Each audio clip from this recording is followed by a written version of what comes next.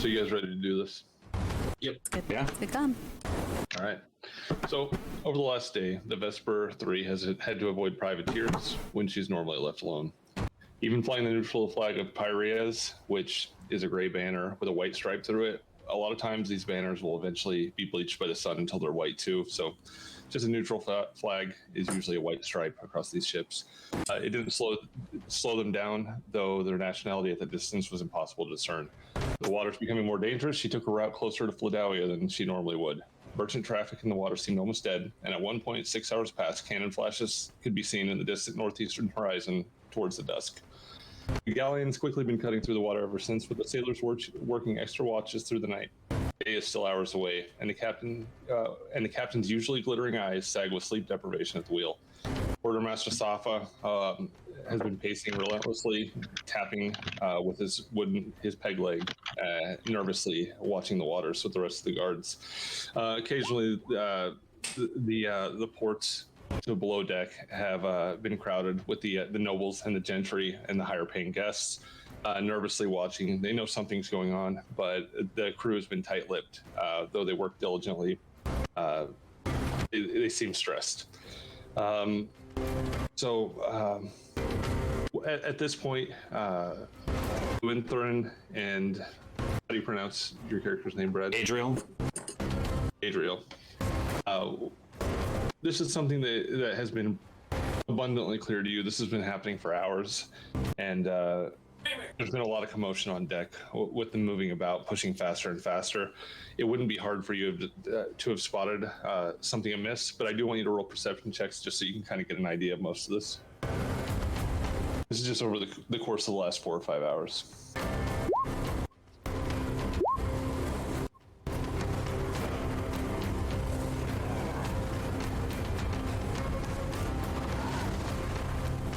Okay. Lutheran, though your eyes are keen and there's still plenty of light, you made ships off in the horizon. As you go above deck, their signets and flags aren't completely clear to you, and you definitely can't tell their make or necessarily even their size, but you can see them off in the horizon to the west of you and to the northeast, cutting through the waters. Adriel. Yep. And I'll never pronounce this right. That's fine. It's such an easy name. You can also call her Addie if that's easier. Perfect, man. So, Addie. Again, you're not able to make out the nationality of these, but you can see several different sized ships cutting, small vessels equivalent to sloops, all the way up to, at one point you saw what was probably a warship on the distant horizon, a massive towering vessel, not heading in your direction, but almost heading parallel at this point to the northeast. And in fact, with this, you also, about at this point, you actually see a couple flashes across the water and more booms from the cannon, just distantly echoing across the water.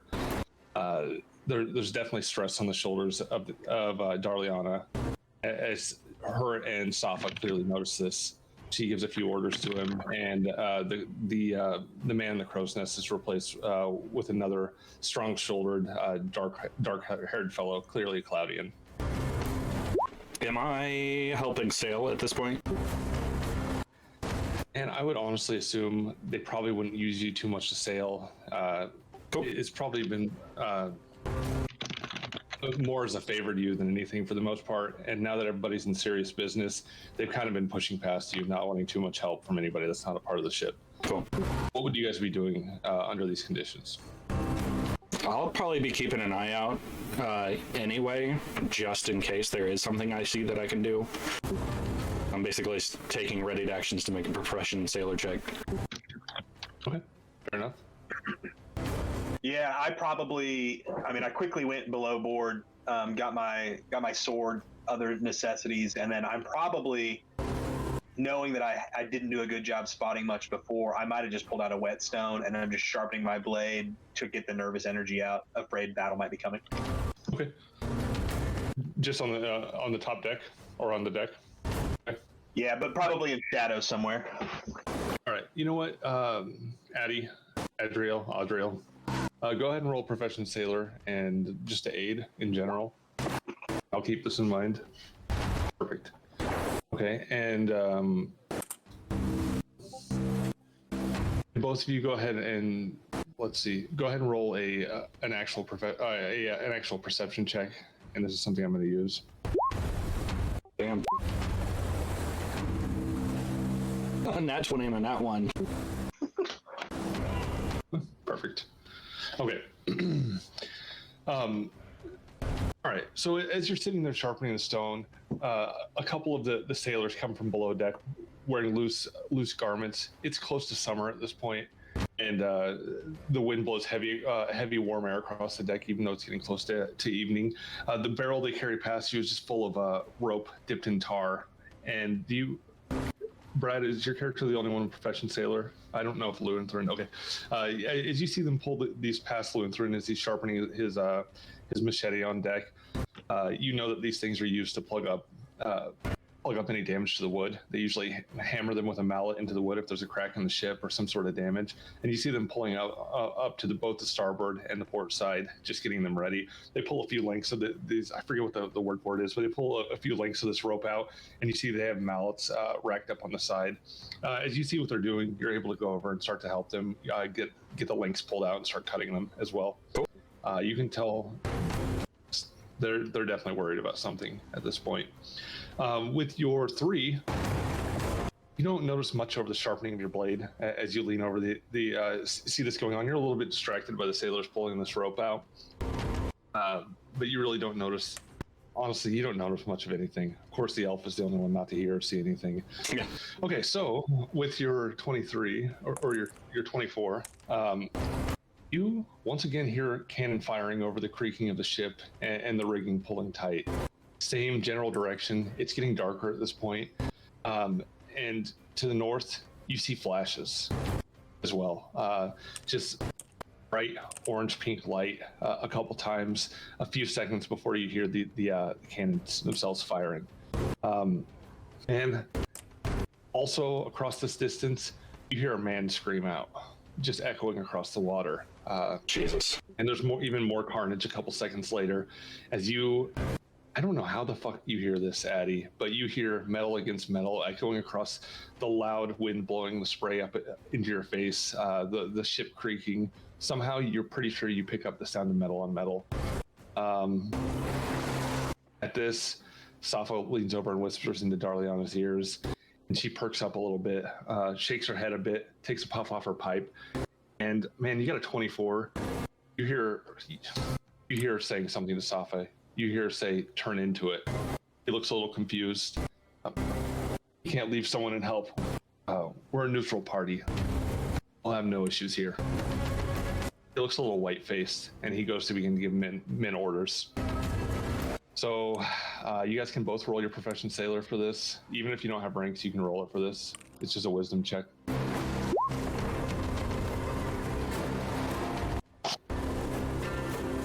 Okay, man, you notice this as they turn the sails. You can see they have small pendants set up to catch the wind, and as the men pull the rigging and tighten it, you see the sails slowly turn.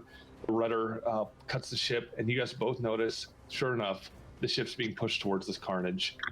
Lewinthrin, you're not aware of this carnage. You didn't hear or see any of this shit. But the ship is definitely making a turn as the men go about it. You hear orders being shouted.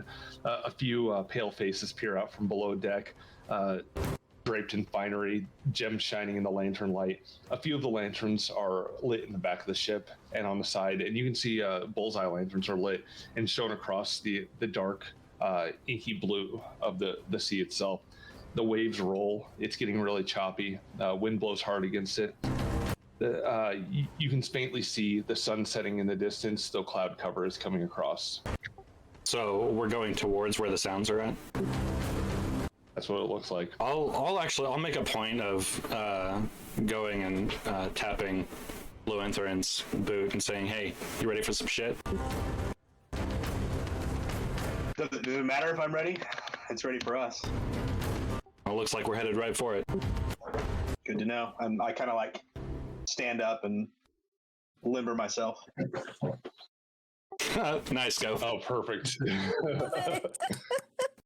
A young, pale-haired boy, a massive scar across his face, couldn't be more than 12 or 13. Human comes up from below deck with a large leather bundle. As he slaps it down, it unrolls, and you guys see there's several cutlasses and rapiers, knives inside. He begins to pull them out and giving them to the various sailors that may not have one. Most of them take it, just poke it into their leather belt, going around, and they continue their work without a thought.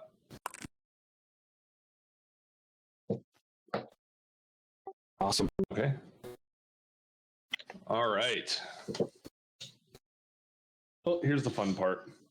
You've been in the cold, dark water for a few minutes now, Kellen. The water splashes against you. It's choppy. You smell the thick, acrid smell of smoke burning as you see the hound slowly slipping beneath the waves. Men scream. The cannon barrage was quick, and you see them clambering up onto the sides of the planks. They're still floating. The mast is slowly sinking underneath, flames burning on it itself. You can't see very far in the water with your normal vision, but the fires themselves give enough illumination to where you can see movement in the water. You hear the sound of fins splashing through it, and you know there's sharks circling around you. Men scream out. You can't see the captain at all. So what am I holding on to? Like some planks of wood? You're rolling a swim check, man. Oh, swim check. The ship was cut in half by this cannon fire. It was quick, fast. The warship cut through, and as it went through, it didn't even slow to a stop as it blasted into you. Turning a circle, you see several of the small vessels behind it, sloops as well. Obviously, some sort of party. The flag flying. A lot of times, these privateers, as they come past, they won't fly any sort of insignia at all, keeping themselves as discreet as possible. This wasn't the case. This was a Lamgardia vessel. Its flag blowing proudly in the wind. The soldiers on deck clearing their lantern light. And as it went past you, you hear another crash as one of the vessels in the nearby shipping lane was also smashed into. They rammed right through it. Roll swim check, bro. Oh, you did. That ain't very good, man. It's hard to keep yourself above the water as these waves are pushing into you. In fact, as you're swimming, trying to get to a piece of this wood, you feel a man's hand on your foot underneath the waves, just trying to swim up past you. In a panic, he grabs onto your boot and starts pulling. He actually tears your boot off as he tries to pull himself up on you, and you both go under the water. All right. Probably first off, I'm going to do a channeling in case the dude's injured. Okay. For himself. All right, man. So I'm probably just going to. I have a wooden tree kind of carved that I have for her necklace. Like holding my breath, I'll probably just grab the tree and then it'll probably start growing, like glowing with a green light, and little tendrils will just kind of shoot off in a 30-foot radius. Okay. Yeah. In fact, give me a second. You roll it. How many times per day can you do that? I don't know. It's not approaching. Can you do that infinitely? I can't remember with channeling. I'm not sure what action it is. Let me check.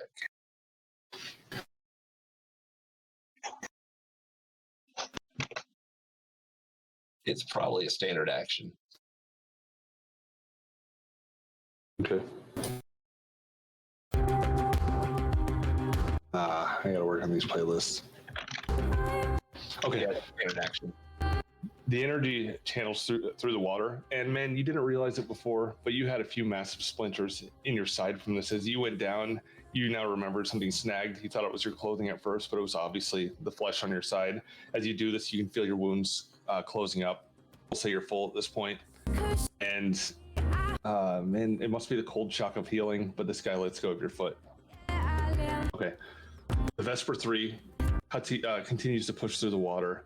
And before too long, you guys can see the distant the flames coming closer and closer as you guys are approaching this scene. With your 24, I'm going to keep your perception checks from before. You do see the shadowy shapes of these vessels in the water, and also the ones that must have been firing before, the ones that are still above the water. And those ones are further north than you. It looks like they're cutting off into the distance. Patty, also, you do notice that a couple of smaller ships from this fleet are circling around, and they haven't seemed to quite left the area as they patrol.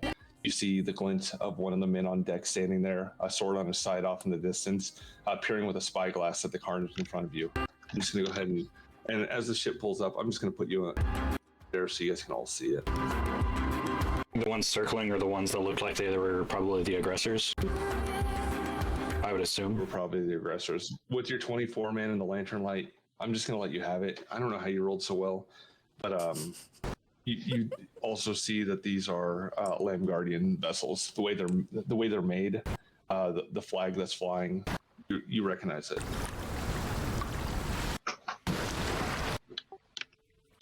Okay, as the ship begins to pull up, an order is given by the captain to raise the sails as you guys slowly come to a stop. And this is what you see. Patience on the Southern Queen. You've been in a bit of a panic as you as your ship tried to stick close to the Flodalian privateer, mostly for safety. At this point, the water seemed very dangerous this night. It wasn't. You didn't have much of a chance when this warship went through and rammed into the side of your vessel, knocked to the side and slowly filling with water. A couple of the men lay dead on the deck, broken. Jerluke, the captain, quickly yells orders for the water to be bailed. And Gigi, the old wizened woman, hair pulled back, she has a look of determination on her face. You've never seen her afraid, and you still don't, as she just works hard to bail water out of the ship. He does the same. Can she see anyone? Can Patience see anyone on the other ship within 30 feet? You know, you can see yourself, right? From your point of view, I need to make sure these are all marked correctly. Okay, there we go. you can honestly see everything that you see. You see the lights on this other ship coming up as another vessel comes forward.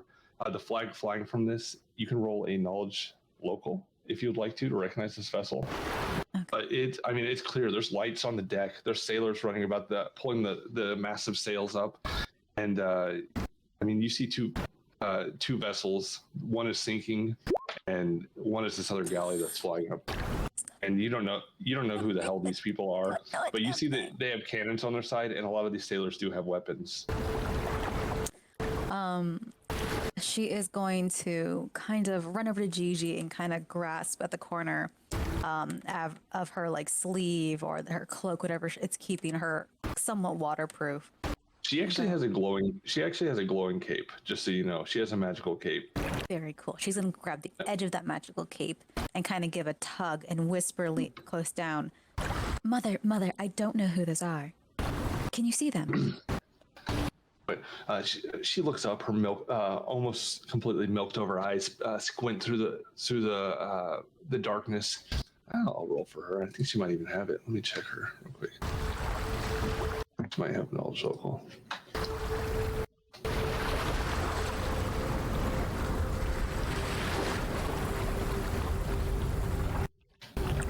Yeah.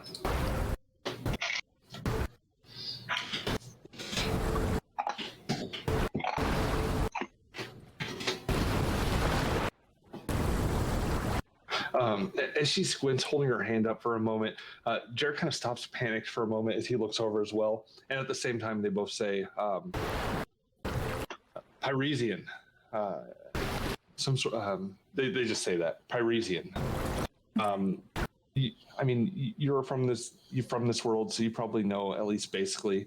This is a massive country, huge bureaucratic nation ruled by a king, switches hands between dwarves and men. But very lawful. More than likely, this is a merchant of some sort. You could assume. Okay. They usually stay out of these conflicts. See. Okay.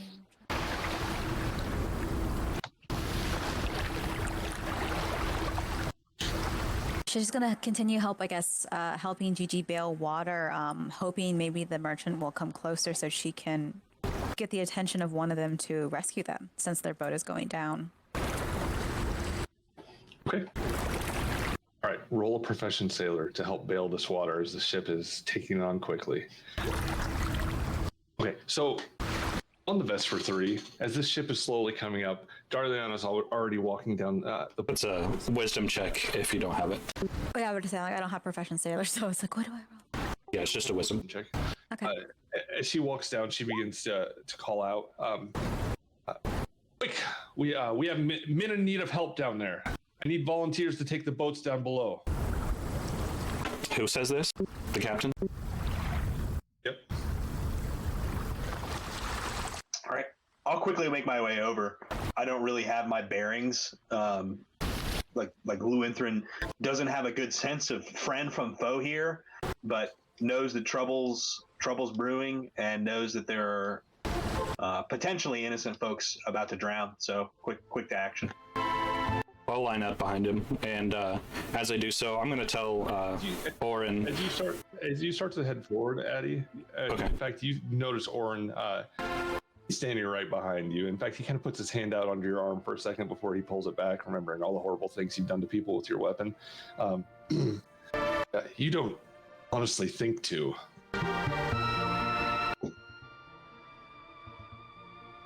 We're here. What else am I going to do? You should get below. That's the best idea you've had all day. That wine's still near the hammock, isn't it? If you say so. Yeah. I'm basically just kind of blowing him off at this point. Okay. Like, whatever, dude, fuck off. Let me see what you can actually see. Okay, you guys know that the boats are in the back, attached to both the port and starboard side. I need 2 men on each boat to head out there and find anyone they can. I think just based on our rapport, I would just look immediately over at Adriel and just nod, assuming if we're gonna go, I'd rather go with you than a sailor that I'm not as friendly with. Well, my thought is, if these people are trouble, I'd rather deal with them out there than on our own boat. Amen. You guys hear the fire crackling down below. Men still scream. Sharks cut through the water. In fact, Cue the Megalodon music. I see one going. Yep. I'm gonna go shark hunting. At this point, you see a fin pop above the water for a brief moment as you see the steel gray-blue color of its snout peek above in the torchlight. I actually don't know if you can see that, but I hope you can. Am I still underwater? I can see it, yeah. Basically between our ship and the one that's sinking, right? Yeah. You're just coming above after your healing. You're able to float to the top just enough to see what's going on. But man, you actually don't see this I don't think you see this one, Kellen. All right, we're going to go ahead and roll some initiative. It'll just be easier to have it in order. Let me pull up the initiative tracker before you do. And because ships are sinking, sharks are biting. Yep. And when you're ready. I have to actually pull it up. It's been a minute since I've done this. Once the turn order pops up on the screen, we should be good. Sweet. Yep, go ahead and roll some initiative. I just did. Let me roll it again. Everyone? Yep. Okay. That's weird. It says, I wanted to send this result of this roll to the turn tracker, but no valid token was selected. You might have to select your token to do it. Yeah. Click on yourself and then roll. Okay. Oh, did I not? I didn't click on myself. Yeah. Roll 20 and it quirks. I lost my. There's actually a macro for rolling for everyone. I just don't have it on here. Oh, okay. There I am in the water. Let's see.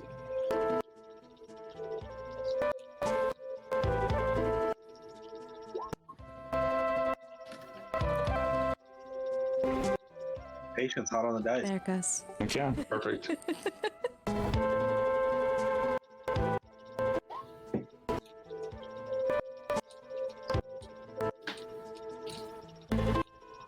Item selected. There we go. That's about my original rule anyway. Perfect. Okay, let me roll a few of these NPCs to get us going.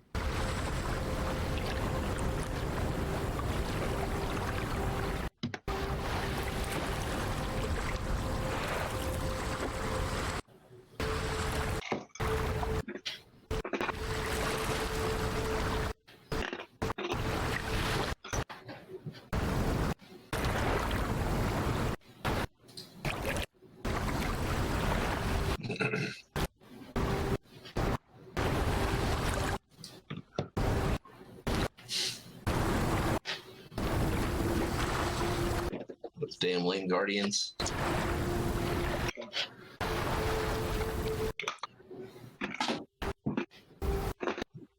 Okay.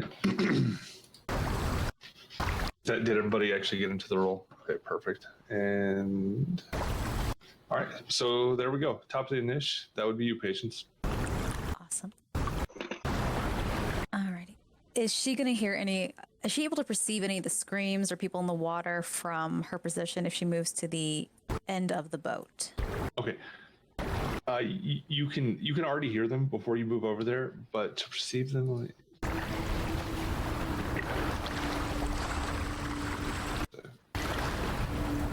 move her. Honestly, you can pretty much see anything that you can see through the light. You can definitely see figures scrambling to get to the top of the surface around the sinking longship that went down there. There's definitely movement over there from what you can see. So pretty much anything you can see in that light, you can see. Okay. If you'd like to narrow it down, you can just spend a move action to perceive. Okay. What kind of ship was the Sea Dog? The Sea Dog was a longship. It was basically like a Viking longship type thing. It had one sail. It had oars when you weren't in the wind. It had a massive battering ram that was a hound's face. And it looked just like a long-term sea vessel, just kind of a short term. it stayed on the coast and went up and down rivers pretty much for the most part. That makes sense since Latovia has that giant river going into its center island or center lake. Okay, so with your 21 patience, as you stare across the waves, you see, you clearly see three of these men struggling to get up on the deck itself, on the burning, sinking ship. I'm going to say, even though you can't necessarily make it out with your high perception, you can also hear the splashing of something big in the water just to the north of them. Can't actually see any of the enemies yet. Can't see if she can like jump from the ship to see if there's any like driftwood she can try to get to them by. The boat that she's on, is it like full sinking? Like they can't paddle it or anything like that? It's like it's full blown down. The side that you came from was actually up in the air a little bit. The side that you're on now is filling with water. Okay, cool. But just, that was pretty much your turn with your move action perception and your actual movement. Okay. How do I? Do you have any free or swift actions you want to take? No, I don't think there's really anything I can do right now to really assist. Okay, you can say something. Fuck. just yell to the wind.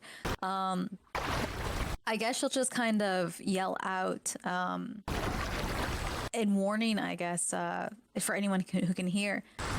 There's something big in the water. I'd get out. And that'll be her turn. Okay. Man, you hear this across the waves, Kellen, from the ship that was ran by this vessel, this small merchant ship. You hear a woman's voice shout that. Okay. Next in initiative would be Oren. I hope Goff appreciates his name. Yep. Oren. Oren. There were like 7 Orens in Mombasa. Okay. So as you start to take, as you honestly, man, roll a sense motive, Adriel.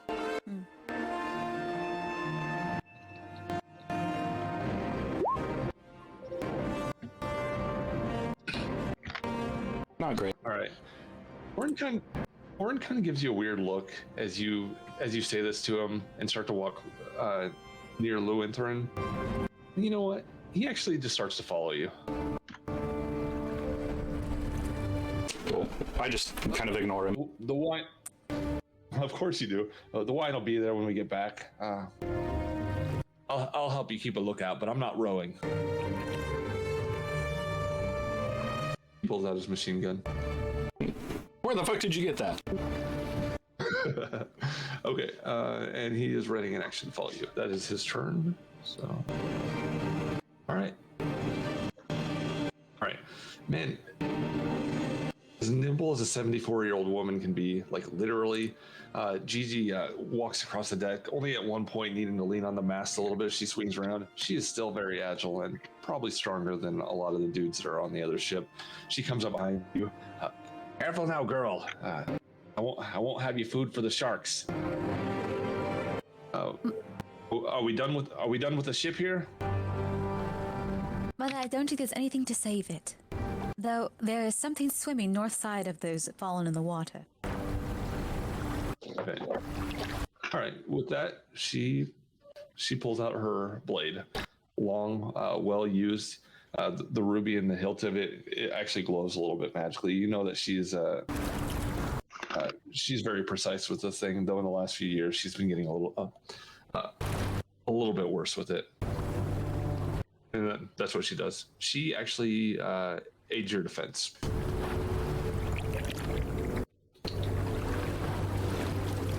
Ruby hilted dagger. It's a rapier. Nice.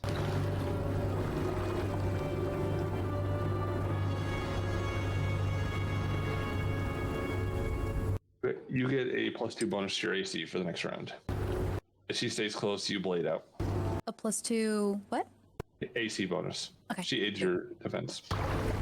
Okay. All right, Lutheran. Actually, I skipped it. Adriel. All right, I get in the boat, right? That's what we're doing. Yeah. As far as I know, what the captain was saying. That's certainly the direction Lewinthrin was heading. You see where I marked it?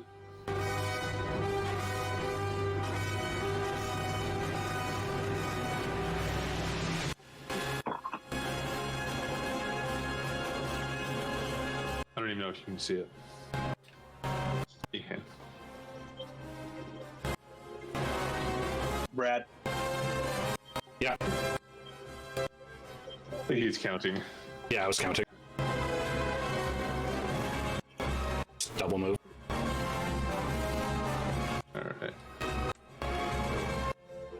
All right, and with that, Orin follows you as well. Just go by the actual tiles, like not the tiles on the ship, but just go by, like, because it's actually snapped to grid. So, you see them on there? Yep. Okay, fair enough. Okay, now it is.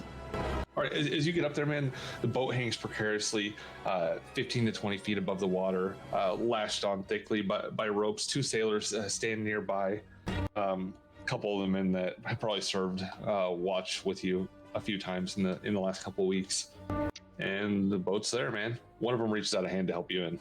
Awesome. I hop in. I take the hand. Okay. All right, Orin. Man, he kind of hustles. It's a little pathetic as he huffs up the stairs towards you. He's honestly getting a little chubby on this boat ride. That bastard. All right. Jared, what does Lewinthrin do? Like, just moments after Addie gets onto the ship, or the small boat, Lewinthrin's gonna just basically, assuming a sailor lends a hand to him as well, just grabs it and tries to gracefully land in the water, although trepidation in his heart, but he can't afford to wait. So he just kind of immediately lands in the boat and then turns and tries to peel his eyes out for that shark.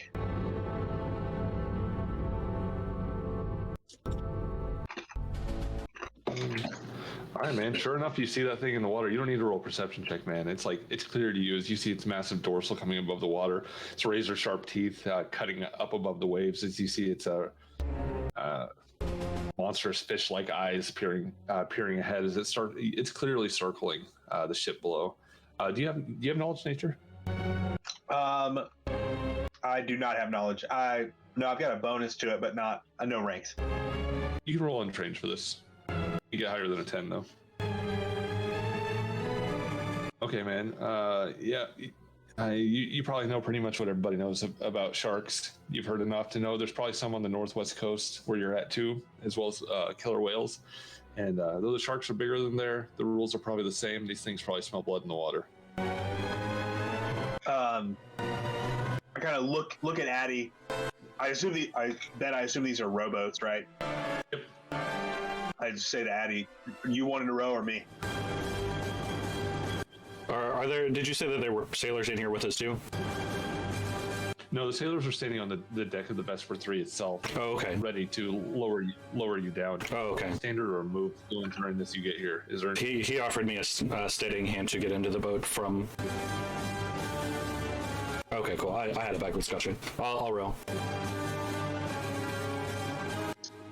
You see that I probably just my main action would just be trying to keep an eye on that shark. So as we get ready to row through the water, I don't want to lose sight of it. But frost begins to tickle the tips of my fingers as I kind of ready a spell. Oh, do you have one specific that you're readying?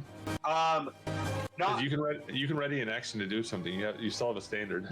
Yeah, I'll probably just ready a ray of frost. Nothing too potent, but just if that shark moves in our direction, I want to give it every reason to get away from us. Cool. All right. Okay, and you know what? The sailors were also holding their action, and at this point, they start to lower you into the water as Orin says, "Wait for me!" All right, and the boat starts going downwards. I'm going to say that you're on their turn. They're able to lower you 10 feet. You're about 5 feet from the water. As the water rolls, it laps up against the bottom of the rowboat a couple times. I look up to him just to make sure he doesn't like trip and fall into the water like an idiot or something. He loads himself into the cannon. God damn it.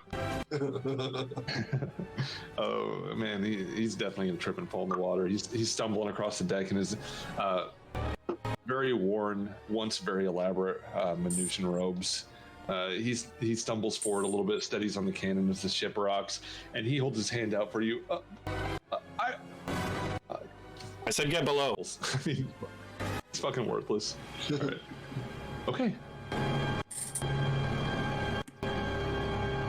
All right. Yeah, well, let's say it's the shark's turn. All right.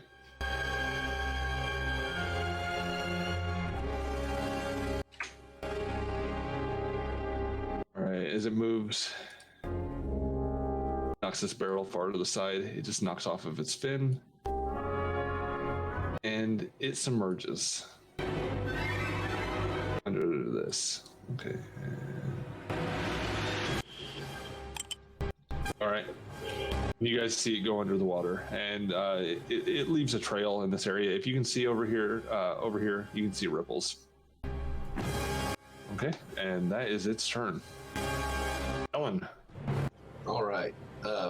So the ship directly next to me, is that still above water that I could probably possibly climb up onto? They're both still above water, floating there. Parts of them have already sunk. It looks like the ship is split into 4 major pieces. 2 of them still stay above the water. All right, I'm gonna try to move 2 squares down and try to climb up on there. So do I need to roll a swim check first? Yep. I need you to roll a swim check, man. The water is rough. Okay. All right. Okay, that'll do it. You're able to move half your speed. All right. So I move to here, and do I need to roll a climb to get up on there? I would like, you know what? You rolled high enough in your swim check, man. You get, you push through the water as the wave slams up against it. In fact, you use the momentum of the wave splashing up to hit the side of it. You kick a couple times, and you're able to get up on it. All right. But at this point, you have pretty much a free or swift. Climbing up on it, swimming, 2 move actions. Gotcha. then that'll be my turn. Okay. Now that I'm up onto the dock, I can start to look around. I guess could I do a perception, or would that be a? I'll give you what you could see just in general. The flames burn next to you, hot embers and smoke blow in your face from the wind that's blowing heavily into the against your side. Again, you look once more. You don't see the captain anywhere in the group of men. You see Core and Shame, two of the men that rode close to you at several points. In fact, I'm going to say Shame, Shaim, was the man that gave Pike his nickname Puke. He gave him a really hard time. He's a human man with probably as much orc blood as human, and you see he's kind of panicking. He was never known as a good swimmer, though he's got a strong arm, and he's this one right here. He looks bruised up. His face has a massive gash across it with a black eye, and yeah, that's what you see, man. And it was Shame. Shame, Shaim. Shame. He's now a person. Oh yeah, Shame. Okay. I'll just call out, Shame, over here, up onto the ship. Okay. And that'll pretty much be it. All right. I actually need to let me add. Just give me 1 sec. Let me add.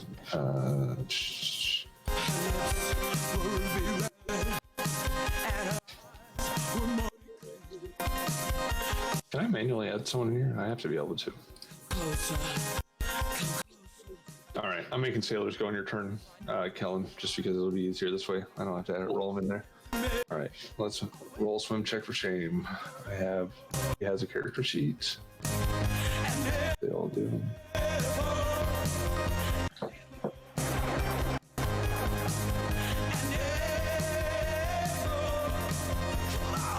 The fuck are you guys?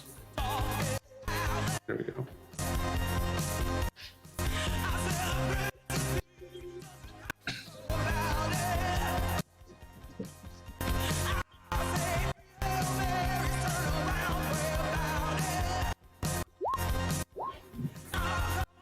All right, man. As he starts to swim towards it, his head actually goes under. His hand reaches up above the waves. He's not doing too well. All right. All right. We'll say Core is actually able to get over here, and he starts to try to climb his way up.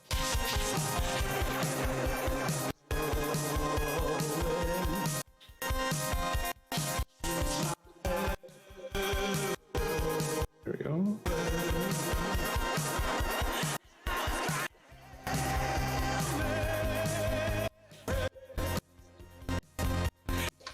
Do nameplates appear for you guys? No. Negative. Okay.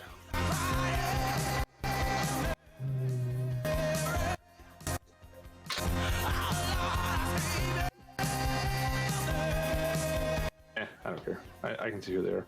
All right. All right, is that your turn, Kellen? I assume. Yeah. Yeah, that was your turn. All right, patience. Alrighty. Patience, can she see that her boat is basically doomed and It's pretty obvious. You can tell the captain doesn't want to admit defeat as he's quickly bucketing out. What are you doing, lasses? Help me, please.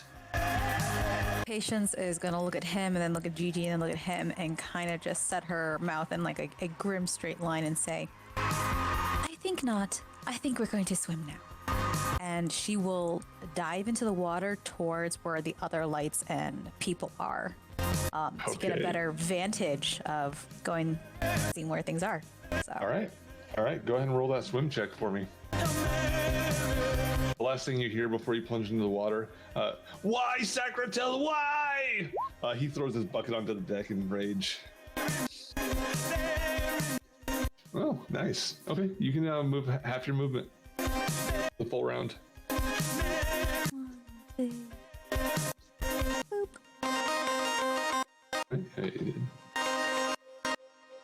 All right, and is that swim and movement considered like a full round action?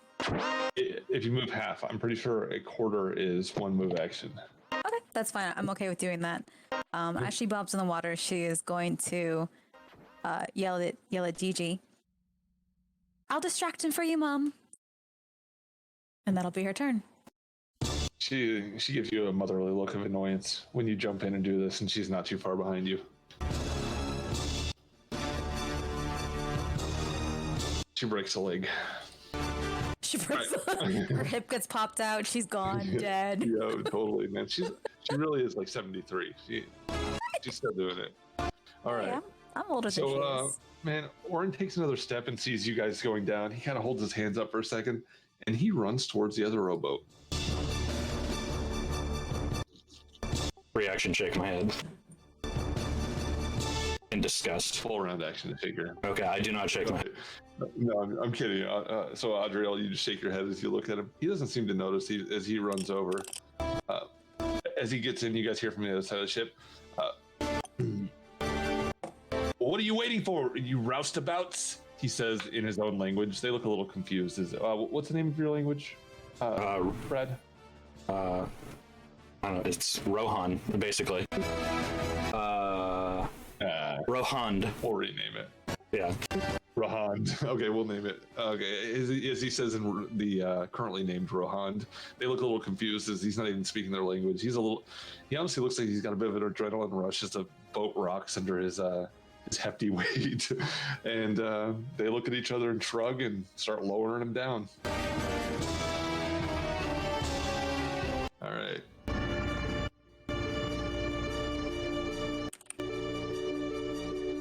His machine gun falls in the water. He dies. All right. God damn it. Gigi takes a plunge. He walks up to the side of the ship. It's lifting even more at this point. Let's see. Go ahead and do this real quick.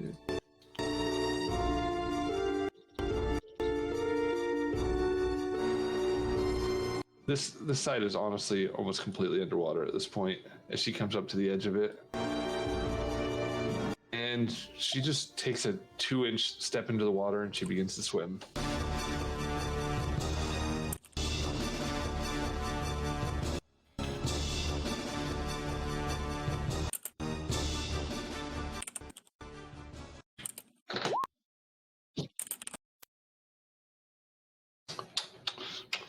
All right.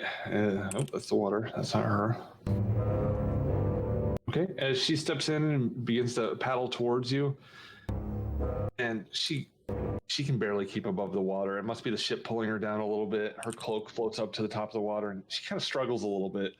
You see a bit of a look of panic in her face as her face is right up to the edge of the water. She's just struggling to keep up. All right. Didn't have much of a choice, though. That is her turn, dying a little bit inside. All right. Adriel. There is no light on this boat.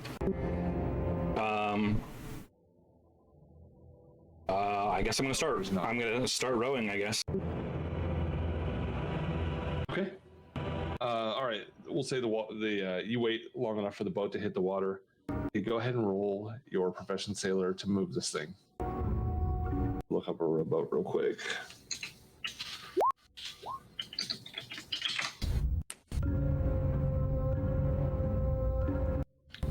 Okay. All right. Okay, so. Oh, I hear my kids downstairs. I'm going to ignore that. Jen's awake. Roll to accelerate it 10 feet. Cool. So show me where you want to end up 10 feet from here. Just move your mini 10 feet, and then I'll put the ship there. I guess that's diagonal. I'll go this way.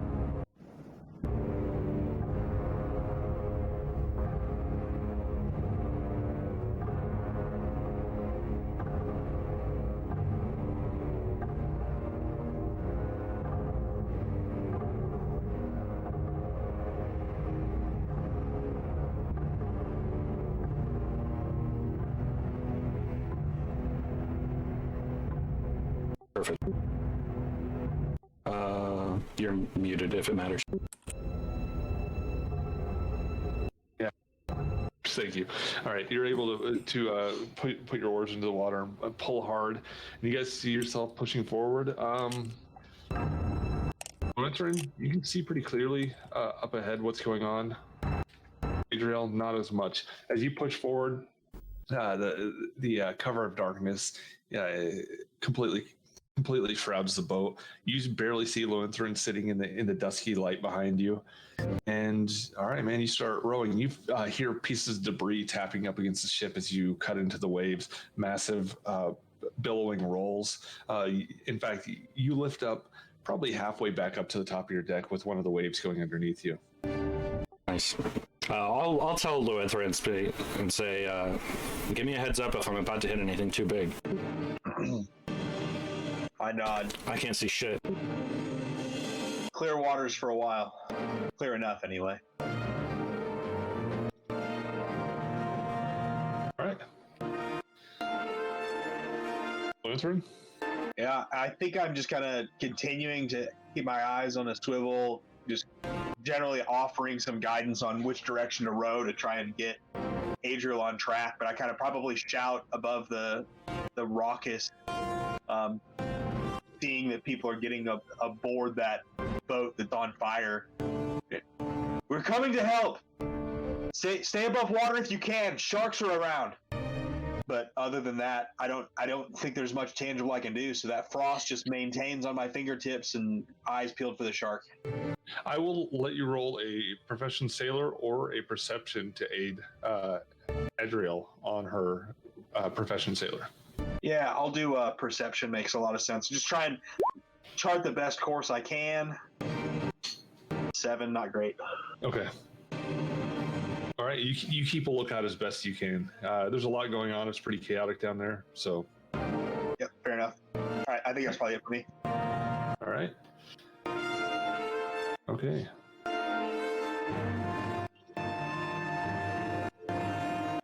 Five, 10, 15, 20, 25, 30, 30, 40, 45, 50, 55, 60, 70, 70. All right. Okay, so coming back from above the water, you see the fin appearing here, possibly, if you can see. If not, I don't know who can actually see that. Where was it? Okay. Oh, that's a good enough answer. And I think my kids are going to sleep, so nonetheless, I don't think any of you guys can actually see that. Maybe Loenthrin can. Yeah, you can barely see the shark appearing. You see it over there, dude? Okay. And Patience might be able to see that too, actually. Oh, you can't. Okay. And you see a big one cresting over there. There might be more in the water, but you see one cutting up through there. It's obviously going in a massive circle. Yeah, I can't see anything. Perfect. Okay. That was the shark. And Kellen. All right. I'm probably going to cast one of my Orsons to cast light on my holy symbol. It would shoot light out 40 feet, 20 feet for bright, and then 20 more feet for shadowy. Okay, perfect. It says 40 and then 20 is where it starts getting dim? 20. 40 altogether. Is that exact, or should I look it up? You know, if you know, I'll just put it on there. Yeah, that's the exact. It's Okay. It sheds like a light, like a torch shedding normal light for a 20-foot radius on the point touched, and let's see. There you go, homie. Right, give a cool description, man, because it's basically erupting through the darkness in the water here. Okay. The ship, the broken ship rocks heavily underneath your feet. Smoke billows past you. The wind blows spray in your face. You smell the salty air and the smell of men dying. All right. I'll probably, seeing all this, I'll probably hold up my holy symbol and shout, "Any survivors, come here. We'll get you on. We'll get you out of the water." right, man. You see the barely hopeful looks of Shame and Court being the only two climbing up here, and yeah, man. Everybody else hears this echoing across the waves. The shark runs away. Is that your turn, Kellen? I will move 5 foot over towards Shame to help pull him in next round. I want you to roll an acrobatics check to move on this thing rocking wildly under your feet. Okay. Don't forget about armor check penalty. -3. 12. Okay. You can definitely move your speed. All right. That's where I'm going. All right. And that's my turn. So, sure enough, you can see the fins and tail of this thing going through the water over there.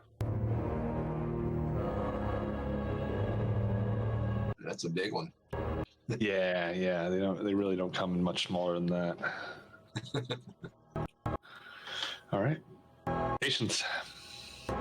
Alrighty, Patience is going to look worriedly at her Gigi, and will swim closer to help keep her head above water. As she is very elderly, hoping that the boats come closer to them, while shouting out, "Please, over here! We need more help!" Okay, so you can roll a swim check to move here. You can roll another swim check to aid her, if you would like to. Yes, please. All right, you're able to move there with one movement. Okay. Swim through the choppy water. You feel the force of the ship going under, pulling at you, but you're able to move past it. Okay, and then you said one more swim check to help Gigi. Get a 10 or higher. Butts. You push her under. As you reach over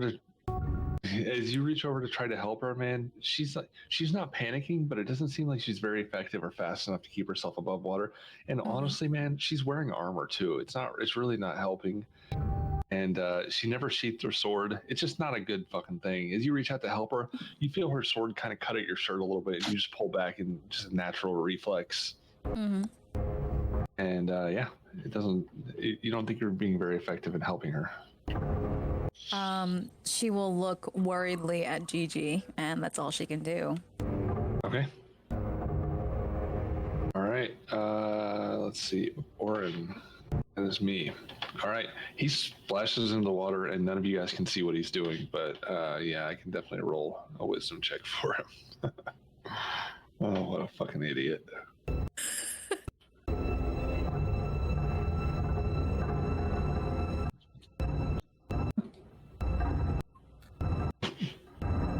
Okay. Perfect. Yep. Perfect indeed. All right. So it's Gigi's turn.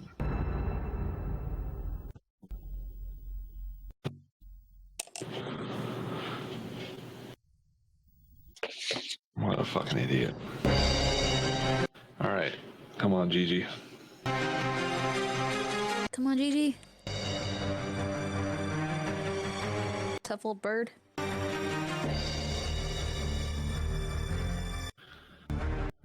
Let's see.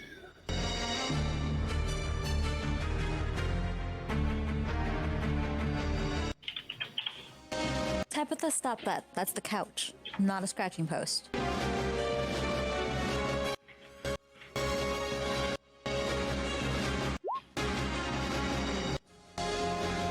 No! All right, man. You Gigi!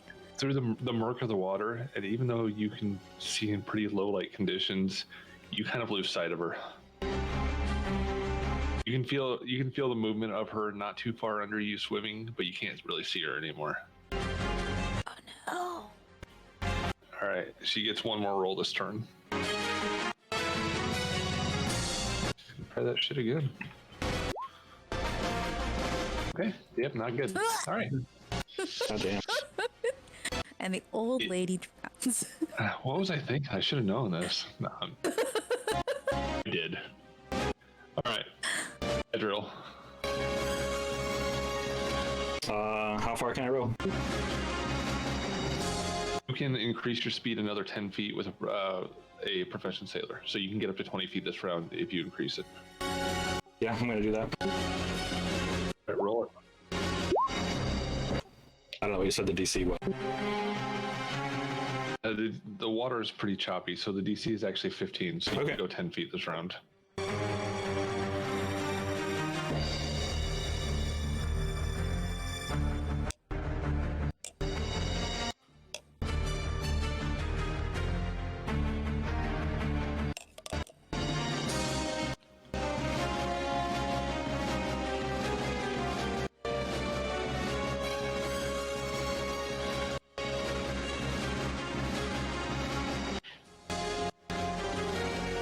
Okay. Awesome. All right, you push further. You see, clearly you see a barrel there, more planks in the water. Lots of debris. You see sargassum blown from the wind, and you're able to go that far. Cool. Went through. Adriel, these sailors here, they've at least got the boat to get up onto. Looks like there are two figures across the way swimming for safety as their boat sinks.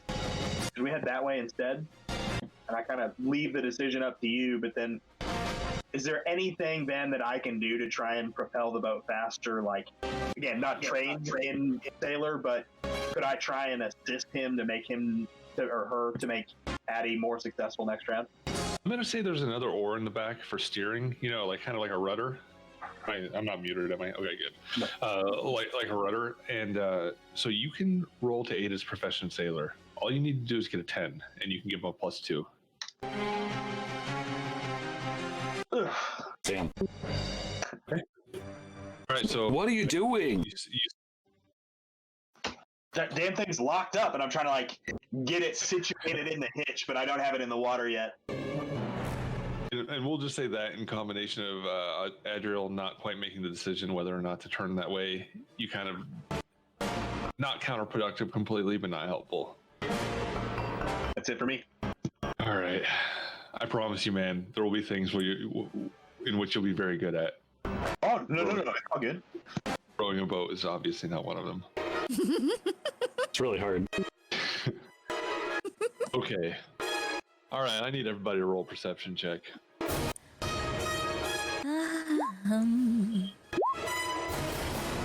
Nice.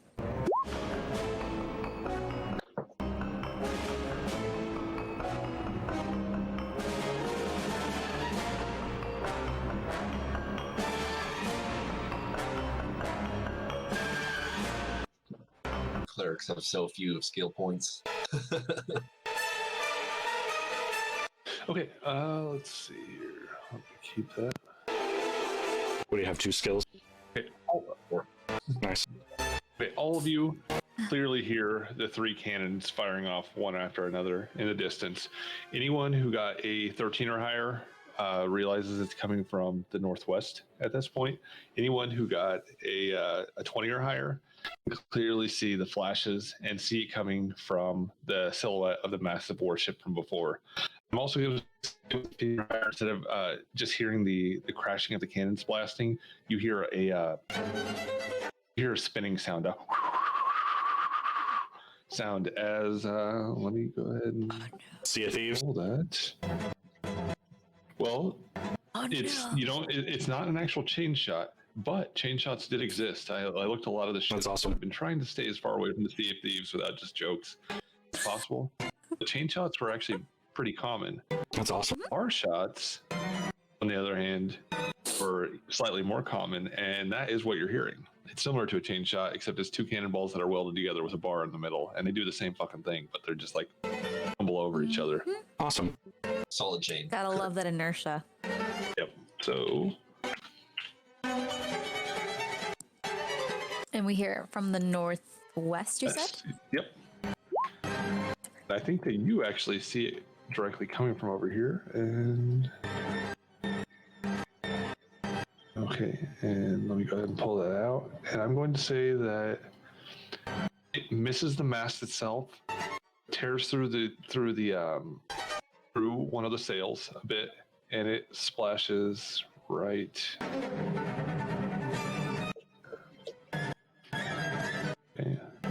So you guys feel the rowboat rock as something massive splashes into the water right here. Two more go off to the side and completely miss the ship, but one definitely leaves a huge hole in some of the sail that's hanging down, even though they've been mostly raised up. You guys see that splash, Israel? You don't see shit. I forgot. Yeah, I'm kind of in the dark right here. Lutheran, it's you guys kind of feel it coming from right over here-ish. Something splashed into the water. Awesome. Oof. Okay. Okay. All right. There's panic across the deck as the sailors start turning towards Darliana. She looks up and man, he doesn't swear. Bumblebees! She shouts as she looks up and shakes her head. Man the cannons! Some of the men go over and start pushing barrels full of cannonballs towards it.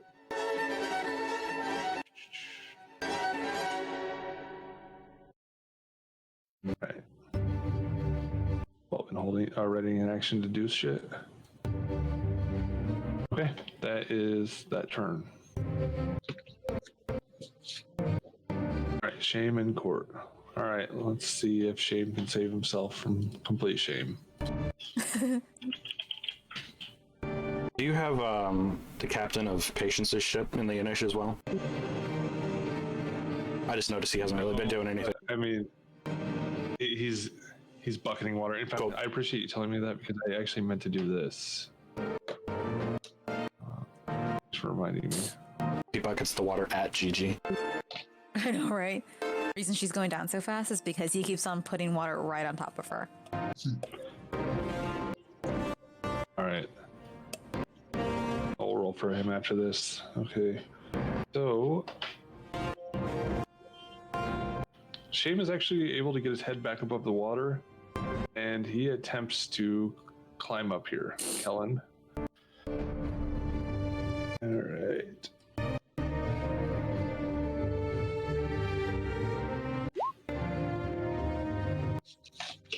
As he reaches up, his fingers dig into the grooves on the planking. He tries to kick and get up, but he just can't quite make his way all the way up there. His legs splash in the water. His eyes are wide like dinner plates. You can see nothing but whites. He looks scared, man. Oh yeah. All right, Court, I have faith in you. Yeah, I have my dice right here. I can do this. Forgot about that.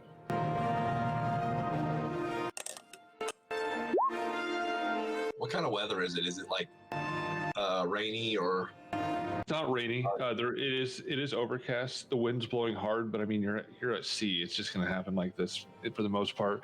The waves are big. There's I can look at the exact moons for you. You can see one of them, one out of the two of them. But it's just kind of summer, almost summer weather, but it's cooling down and the wind's blowing hard. So kind of a warm wind cresting across the waves. Gotcha. Okay, and Court is actually able to get his way to the top, and he's pretty much on all fours as he gets up, water spilling out of his boots and his clothing as he grabs onto the planks and pulls himself up. Okay. On the upside, the ship's on fire, so he should dry out pretty quickly. Yeah, totally. Yeah, that's nice. Just hang up his Yeah, clothes, yeah. cook some marshmallows. Seeing the All bright right. side.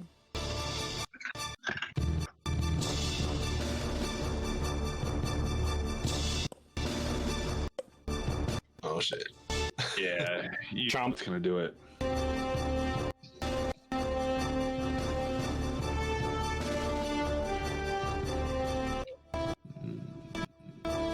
There we go. There's your character sheet.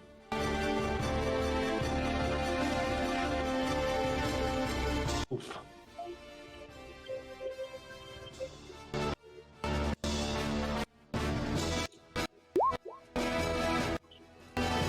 Oh, fuck. That doesn't look like it feels good.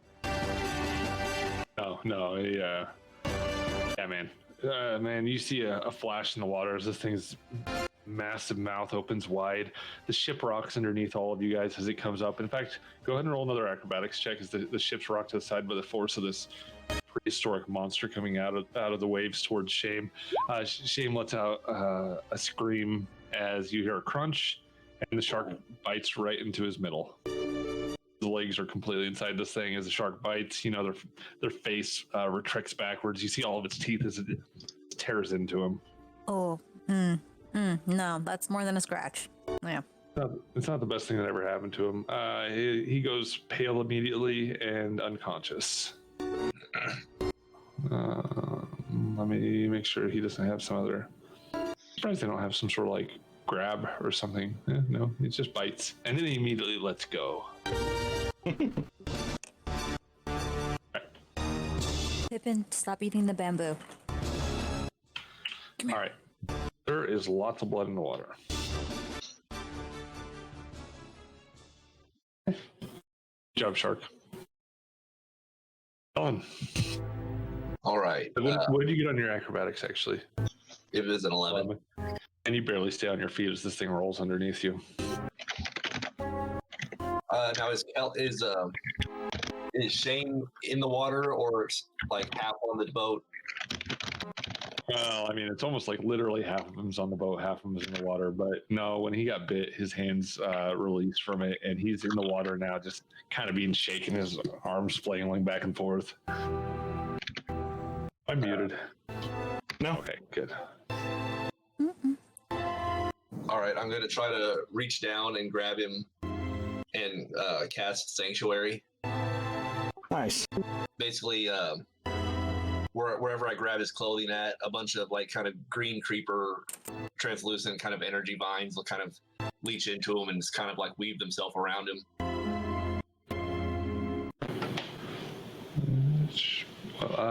Let me just go ahead and Google that real quick, just so I know exactly what's happening.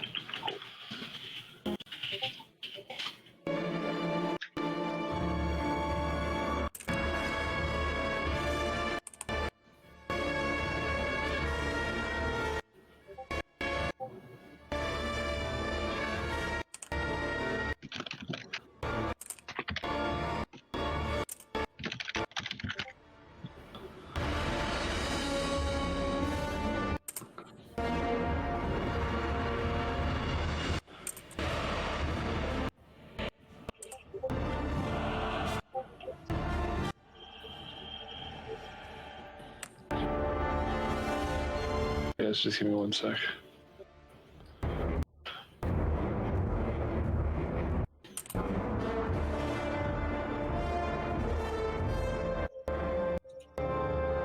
Okay.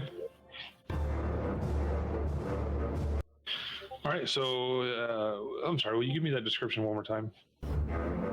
Yeah, I'll basically reach down to grab whatever part of him is closest, and when I grab onto him, a bunch of kind of translucent kind of energy tendrils will kind of creep out of my hand and kind of go down and entwine themselves around him.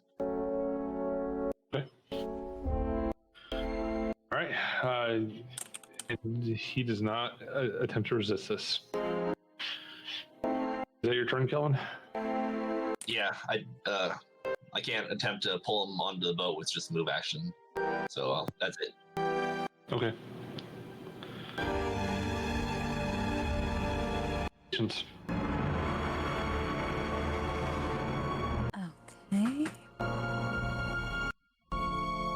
Okay. Tilting even more. Oh yeah, let me. I'm sorry. Before you do that, Patience. As you see the ship lifting even more, the water spreading quickly. This is when Jared realizes it's futile. He kind of stumbles as the boat lifts up, and I'm going to say he falls prone on the deck, trying to scramble upwards towards the bow. I will, yeah, save myself. So useless. He did not prepare for this. Her mother is drowning. Their captain can't captain. He's just like a nearly morbidly obese wheat merchant. All right, he's able to climb himself a little bit further upwards. Patience. Okay, Patience is going to just roll their eyes as their free action at the guy just stumbling and bumbling about it on the very quickly sinking ship. Just like, "Ugh, this is why you can't trust merchants sometimes." She will then look down at the water, looking for any kind of gleam from her mother's armor, knowing that there are now active firings from a ship. The last thing she needs is something to rough the water around where they are, much less where the other ship is, where hopefully they'll get rescued. And she will try to, again, rescue her mother, who is drowning. Okay, roll a perception check. I'm going to give you a +2 because her cloak is glowing. Okay, let's see here.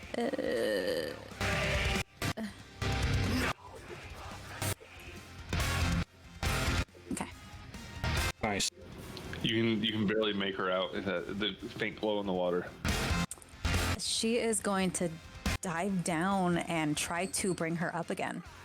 Okay, so you guys can remember. Are you familiar with hero points? No. Oh yeah. Okay. You guys will start with 1 hero point. You can add, before you roll something, you can either add a +8 to it. After you roll it, you can make it a +4.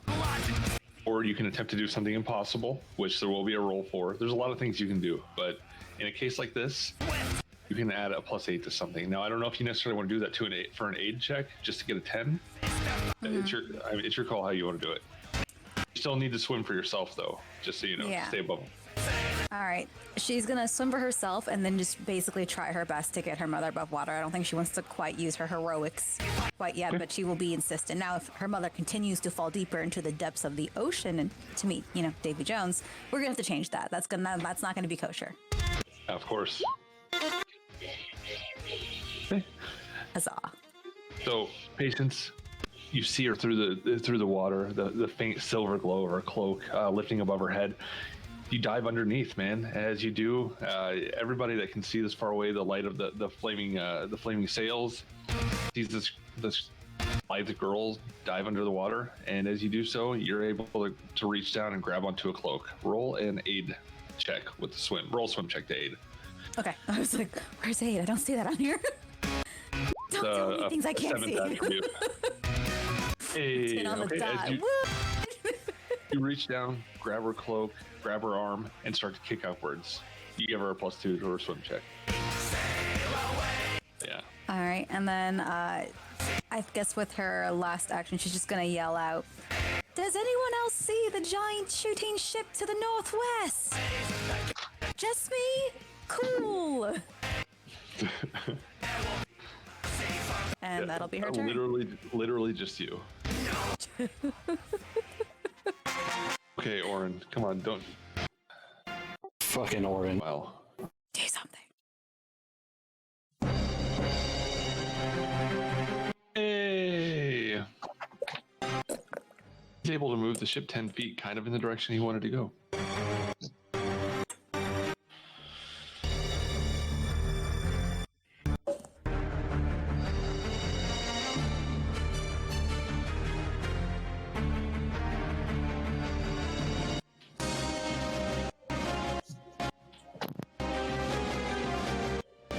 Alright. I can't see it or sense it in any way, but just know Oren's gonna do alright for himself. Alright.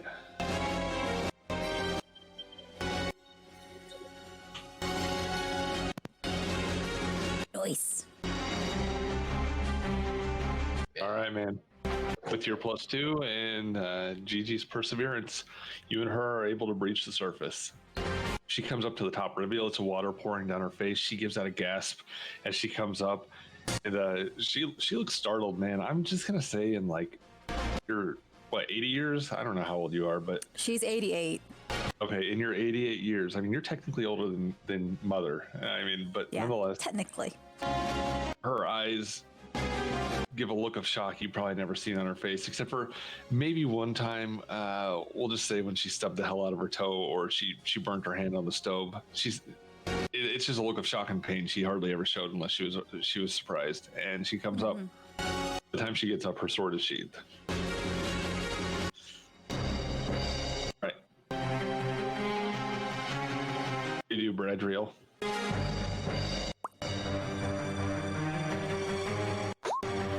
damn it. Pippin, can you not? Moving another 10 feet. Get in. You know what? I would probably take Lewin Theron's prompting to turn.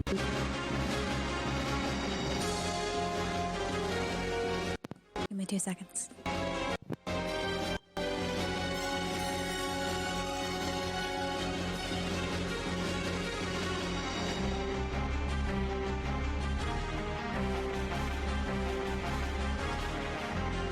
Lewin Theron, where'd you go? I literally can't see you right now. Come to the light. Did my token disappear? You're in the dark for me. Oh, Well, measly human. everything. All right. Sorry. Oh, you're fine, dude. All right. My cat keeps on trying to commit the die by eating bamboo, so Does that kill them?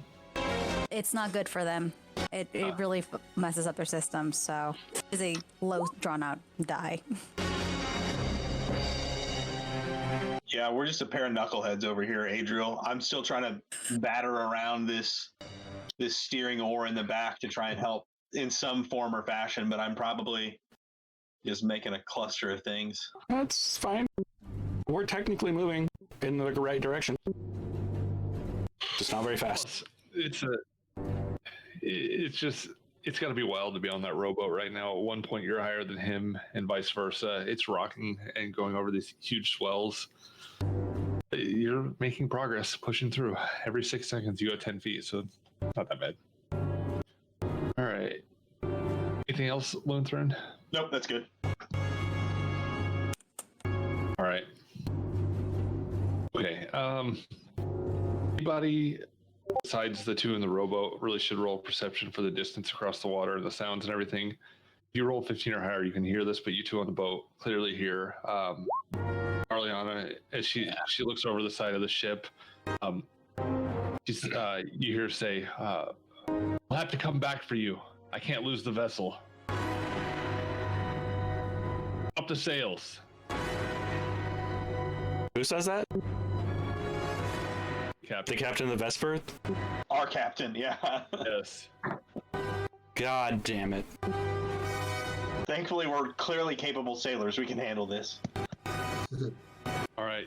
You see a few Sailing of the that men that boat went to the so a few of the men that went to the cannons, and the other ones still on the rigging. Look back to her. You hear a few shouts of, "Aye, aye, Captain! Forward! We'll drink safely tonight." All right. They begin to scurry about. Man, more nobles come to the from below deck right now as they're looking out. And all right. He can be as loud as he wants. It's fine. No, he's farting. Oh, okay. I'm telling him to keep the decibels to a minimum. That's awesome. You guys can't hear him. Dude.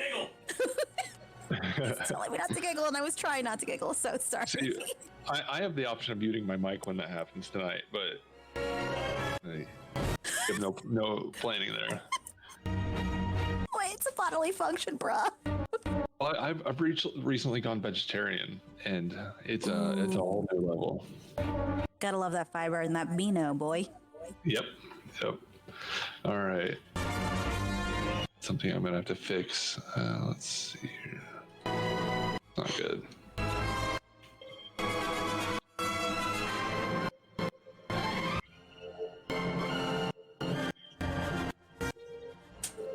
Okay, so I'm learning more about Roll20 go around, and it looks like every time that I have similar character sheets for a lot of these sailors, and it looks like they're all attached to a character sheet. So every time I subtract hit points, it's subtracting hit points from every single one of them.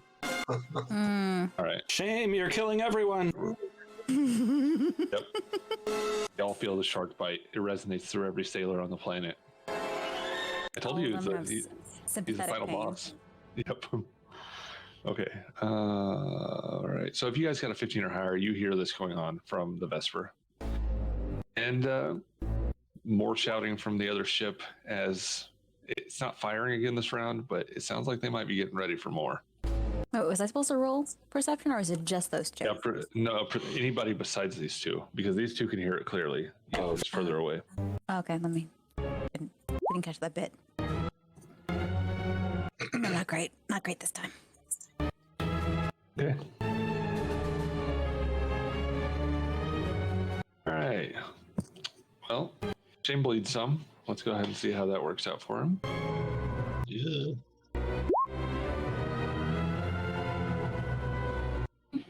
Too bad. What is it in Pathfinder? I can't remember. Is it character level What is it? or dying? Oh, I don't remember either. Yeah. I assume that determined look on your face means you're looking it up, and I don't have Yes. to. So I can just appreciate you. If your hit point total is negative but not equal to or greater than your con score, you're dying. So he's dying. I just need to know if he stabilizes. Loses 1 hit point every round. This continues until they die.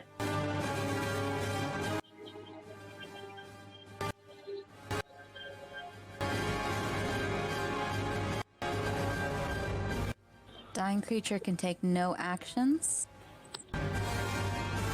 on the character's next turn after being reduced to a negative hit points but not dead, and on all subsequent turns the character must make a DC 10 Constitution check to become stable.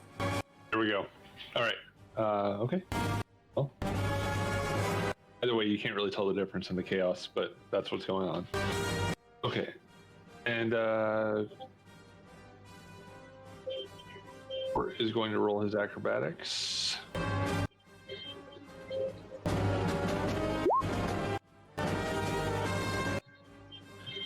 Okay. He's used to moving around a ship, so he's actually able to step forward, and as he does so, he rolls another one to aid your balance. Ellen, he reaches out to give you a hand. Oh, my thanks, Court. Let's see if he actually does it. You might not thank him. Okay, he does not aid you, but he reaches out to try to help you. He falls right into the shark mouth. The other sailors feel it too. Just swan dives, like right in. All right. And speaking of a shark that's about to eat you guys, guys are lows, Kellen. What's that? Guys are lows. Lows.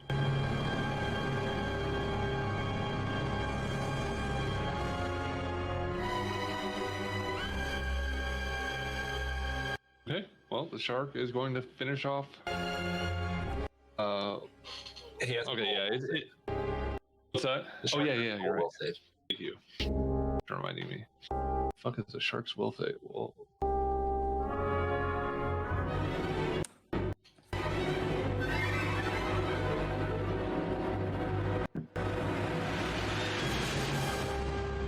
God damn. see. He did it. All right.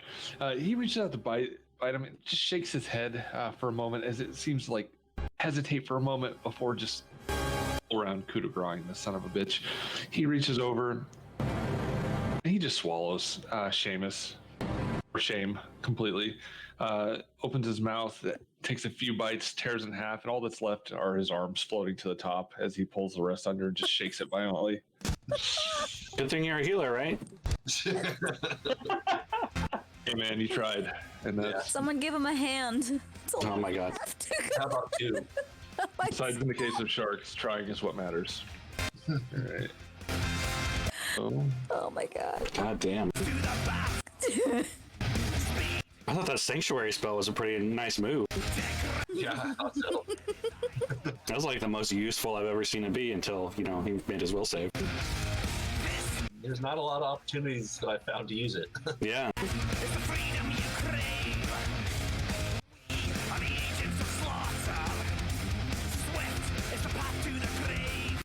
Just a blood schmur. Yep. only thing left of him besides his arms. I could probably find an arm. Hold on. Oh my god. I can find an arm. Just a disembodied arm. It's whatevs. You'd be surprised. There's some good assets on here. Oh my gosh, that's hilarious. No, there's an armchair though. An armchair. My grandma's burning the house down. I'll be right back. Oh yeah, that's not good. Yeah. Fair enough. There we go. Massive hand. There we go. It's like zombie thing. I know, it's like a zombie thing. Hoping you guys wouldn't notice. I think it Nice. is a zombie hand, but there it is. It's a hand. Had some real issues. He probably should have seen some sort of doctor for that, but doesn't matter now. No, Okay. it's just only a scratch. All right, and the shark is going to 5 foot step closer. Now pretty much halfway under the ship and halfway under you.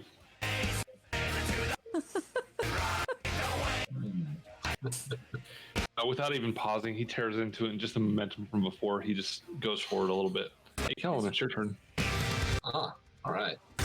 So he's above water, like kind of.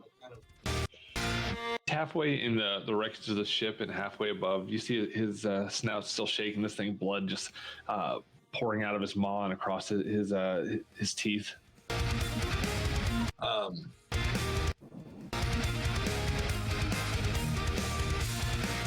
Kind of like with kind of a cold fury, I'll grab my heavy mace at my side and just try to slam it into the fleshiest part I can find on the top of it.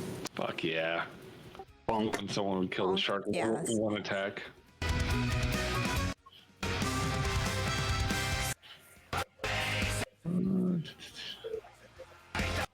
That's a 12 to hit. 12 hit.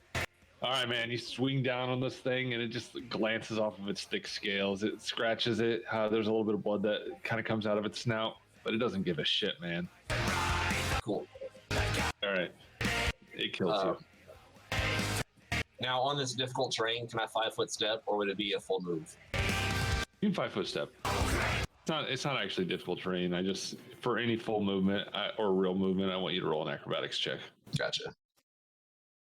Or profession sailor, I'll accept. Yeah. Keep your distance, Court. He's a man eater. His mouth's just kind of agape at the horror of what he just saw. His life will never be the same. And that'll be my turn. Trauma. All right. Patience. Alrighty. Patience is going to yell out again. Any help would be great. Old Where's- lady and young lady. We're trying. Slowly. I can hear you dying. Please, a little bit better. We'll be there in like an hour. So I'm going to let you roll a free action perception check from where you're at. Because, I mean, you're pretty much just doing that and trying not to drown, right? Yeah. All right. Go ahead and roll perception check. 21. All right. You see the chaos going on with that shark. You definitely see it coming out. And I can see exactly what you can see. You can see it scrambling up to try to pull people off the wreckage. But sure enough, you see the sails dropping. You see the Vesper starting to move. And you see this rowboat in this general direction coming into the light of the lantern, kind of heading in your general direction. Alrighty. She's again just gonna basically try to keep herself afloat and her mom afloat because she do be an old lady. Sure. Okay, roll that swim. All right. And do I roll it a second time to keep her? Or? Just to save extra rolls, we're just going to say that since you succeeded, you give her an aid. Okay, that works. So you're able to start kicking. Let's just go ahead and finish this fucking boat off. Bye, boat.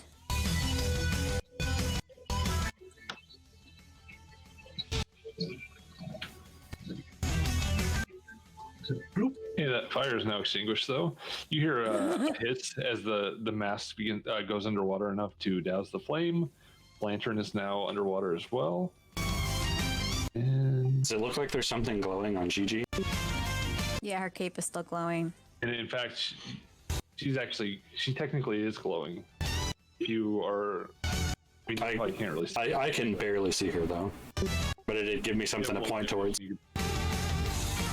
Yeah, you can see that much, and she's barely got a 5-foot dim radius from it. It's just barely glowing. But yeah, and let's go ahead and roll for old Jared to see how he does. Just die, man. You know, deserve life. He's able to stay afloat. He can at least swim. All right, you see him doggy paddling. He gives panic gasps as he's just trying to stay above. Oh yeah, I'll move that corpse too.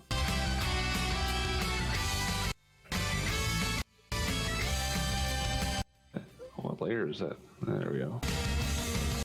And that scorch mark can go. There we go. All right. You do anything else, Patience? No, that's kind of really all she can do. She already yelled at them and their inactivity and trying to keep her mother from drowning. All right. Okay, Oren. Come on, my man.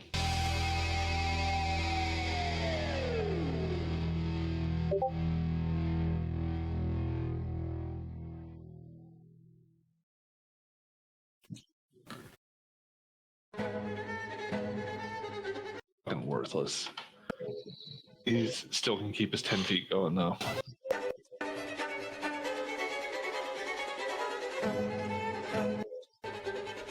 Okay, and Gigi's next.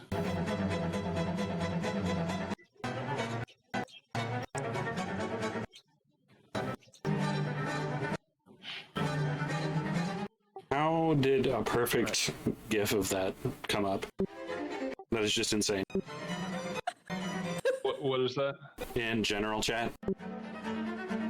You're welcome.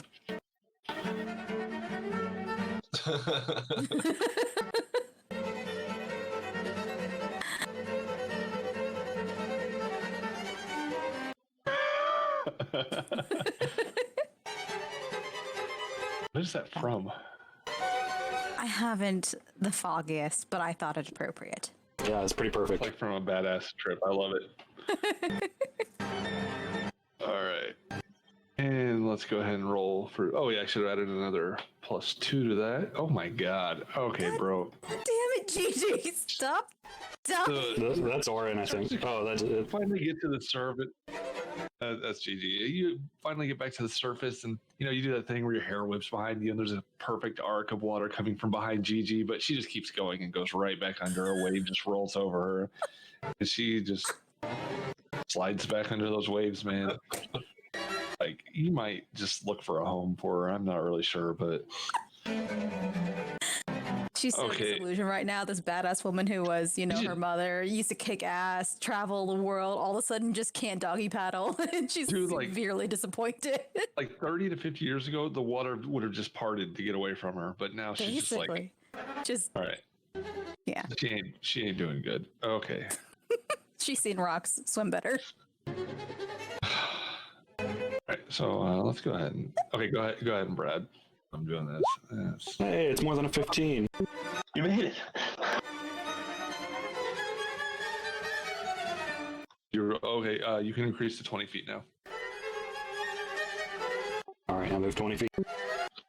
Still a long fucking way to go.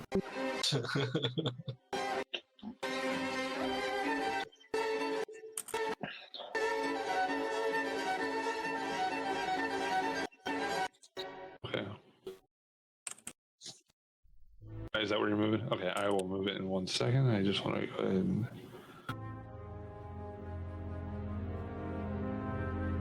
see if there's a symbol for this.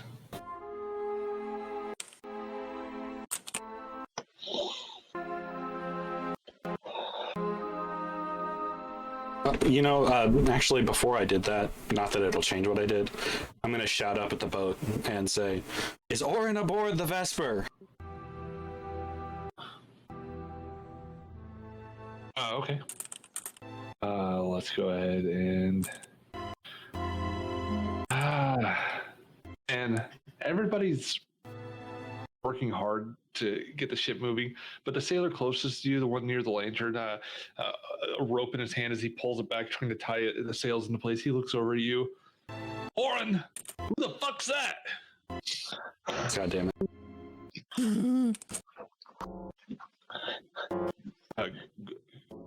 Glass. I was hoping somebody aboard would tell me or he would hear me. I'm sweating. I'm starting to sweat bullets now.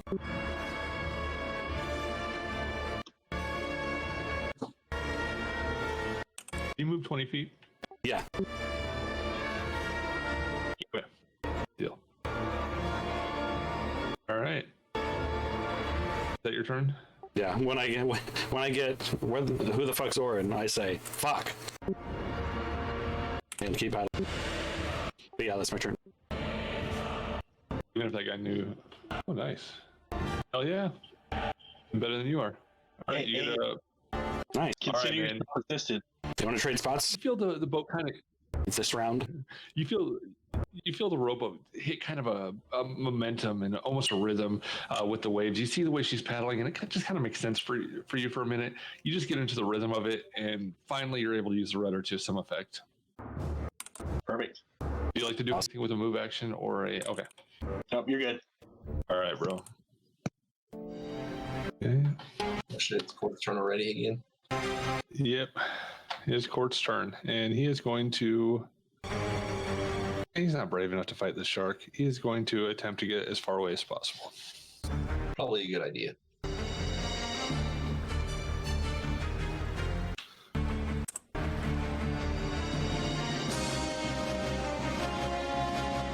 Okay. Yeah, he's able to move over to the other side, and he takes a defensive stance. Actually, he comes over to the edge here, and he yells out, "Help! We're stranded! We're sinking! Anyone!" And the shark. All right, man. Only fair. What's he got? What's your AC? AC is a 16. Not bad.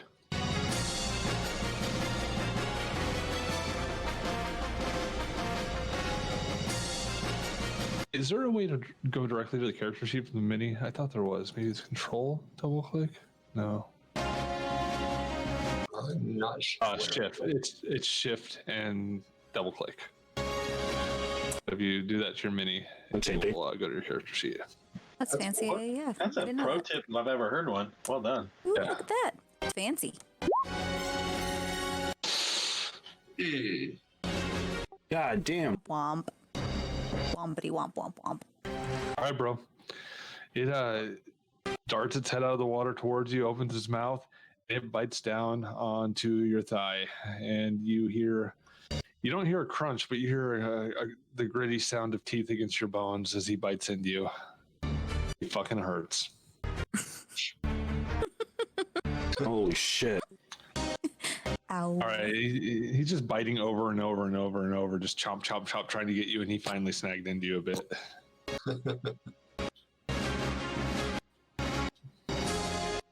So, what's up, man? It's your turn. All right. Sure.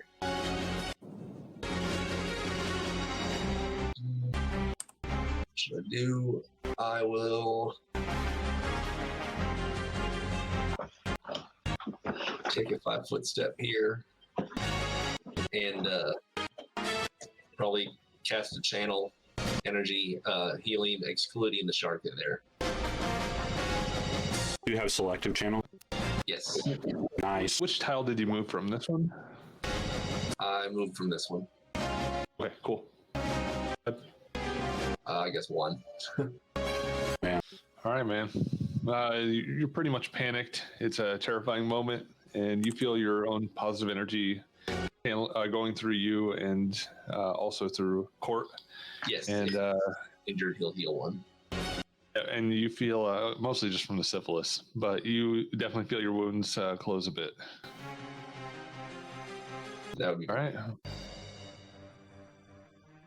Patience.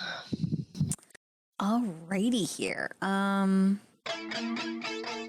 Patience again is just gonna, with more exasperation than panic at this point, because now she's just disappointed in her mother.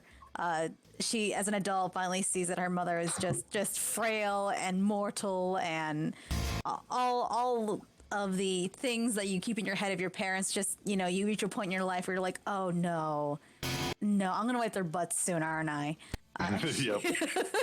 And she's much more dense than you thought she was. Yeah, and she is gonna again dive down to reach her mom to pull her back to the surface, continuously looking over at the boat that is hopefully gonna rescue them and the people being eaten by a shark, knowing that she could have done something but can't because she's keeping her, old elderly mother from, committing the dive because she's heavy.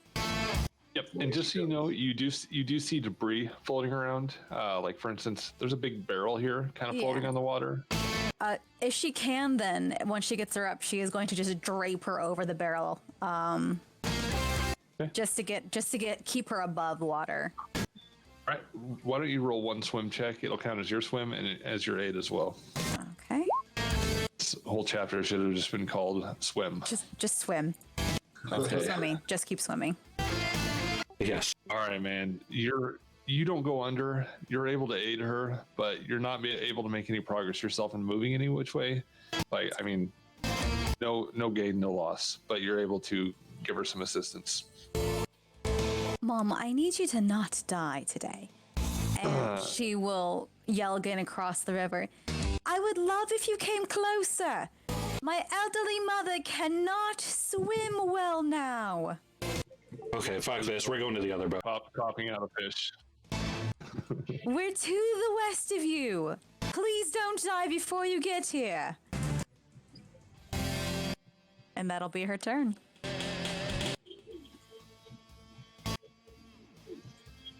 All right.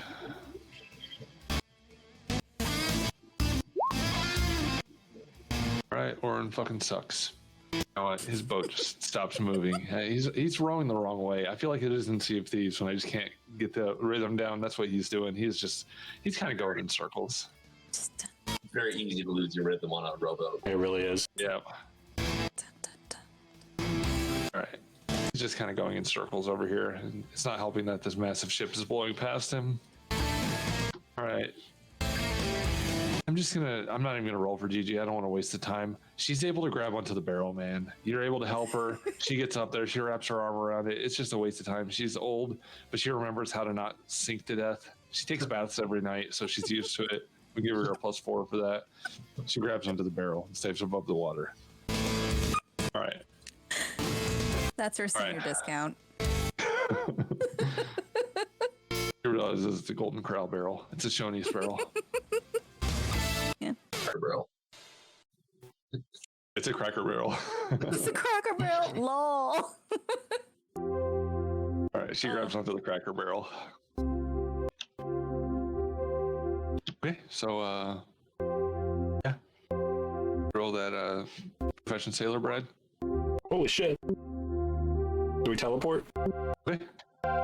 You do get up to a maximum of 30 speed though. It does not go any faster than this. Okay, I might need you to move me towards Patience because I can't see much of the grids between us. Okay. Just gonna kind of move with your own momentum. So let's see. 5, 10, 15, 20, 30. Right there. Okay.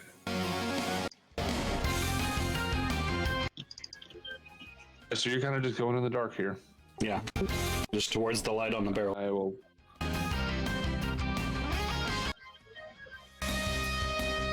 Yeah, it is dark over here. All right, you push past this sinking wreck of a ship, and there you go. You're gonna aid him again. Indeed. Well, TV. No, I'm gonna try. Damn. You definitely tried. All right, man. You honestly see he's kind of getting a little too close to the ship, and you panic overcorrect, and you realize it wasn't necessary. Too easy. Are you gonna shoot that ray of frost, or is it too far? It's a little too far. Okay. It's all good though. But yeah, he'll be fine. What's left of him will be fine. Right. Yeah.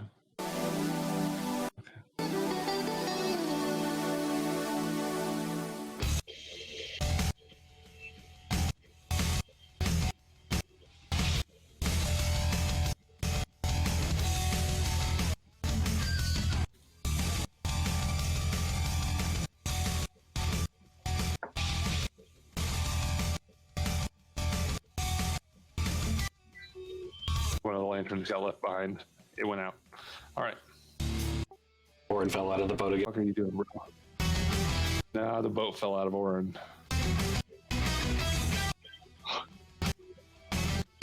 There he goes. Okay. All right. Court kind of panics and sees the shark is chomping the fuck out of this beloved cleric.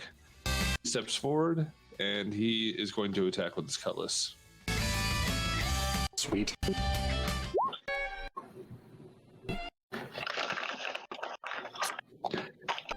All right. And both of you get an attack of opportunity as the shark taking this damage. It's fish brain causing it to flee the source of pain.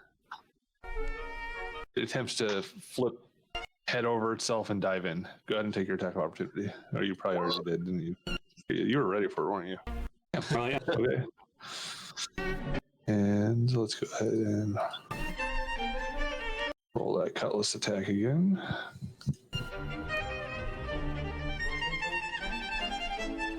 For shame. Hell yeah.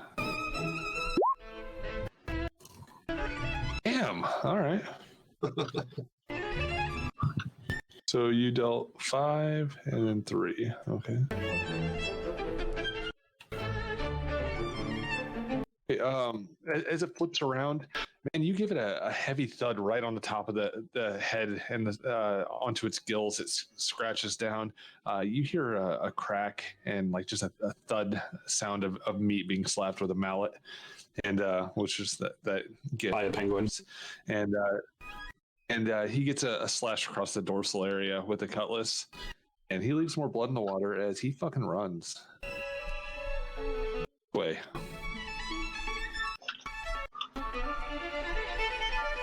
At least you won't bother us anymore. Okay. That is his turn. Ellen, are you gonna throw your morning star at him? No, I'm gonna probably clip it back on my belt and cast another channeling.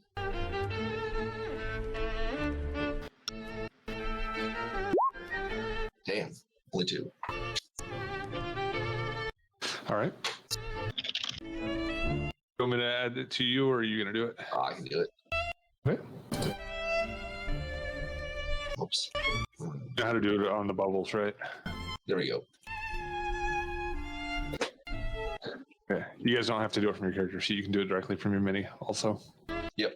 Right click. All right. You gonna 5 foot? No, I think I'm good here. Okay. Is that shark left? All right, patience. Alrighty. Gigi's on that barrel. Yeah, seeing as her mother is now on the barrel, she's actually going to try to swim to the other side of that barrel and just start pushing and kicking towards the ship that's hopefully coming to rescue them, while making sure she's just kind of pushing her mother in that direction first as well. Okay. No more swimming for Gigi, just holding onto a barrel. Gotcha. Okay, so go ahead and roll a swim check. No. All right, man. You finally get her on there, and you are honestly you're pretty exhausted. It's late at night anyway. Hey, Brad and Jared, are you guys there? Yeah. Sorry, it's not showing your video feed Yeah. to me. Yep. That's weird. Just making sure. And Just you're kind of getting tired of swimming around in these waves, and you honestly start to go under. You can see a disapproving look from Gigi from all the shit talking that you've been giving her, and shakes her head. Kids are so lazy. I saved you. Blah blah blah blah blah. All right.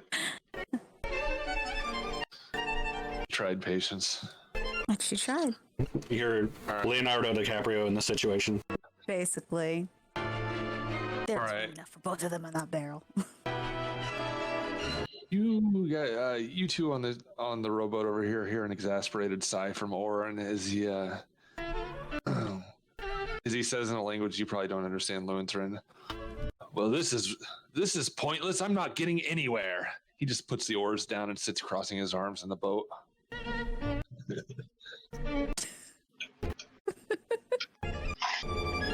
Gigi, is she gonna save you? She's gonna roll like ridiculous now. Honestly, she's kind of panicking now, and she attempts to aid you, but she doesn't need help, so she's gonna go ahead and roll her swim check to give you a +2. The tables have turned.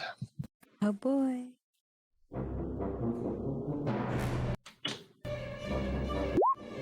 She slips off that barrel. I'm gonna laugh. Oh my god. There's some rolls. She reaches a hand out and she grabs you by the ear that she always grabbed you by when you were in trouble. She grabs onto your shoulder. Hey. Got 30 feet of movement. Where are you going?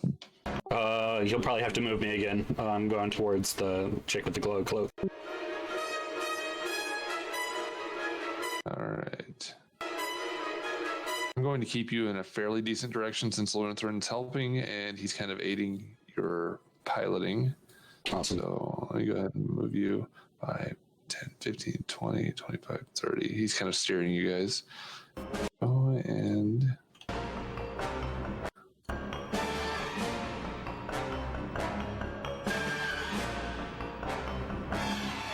All right.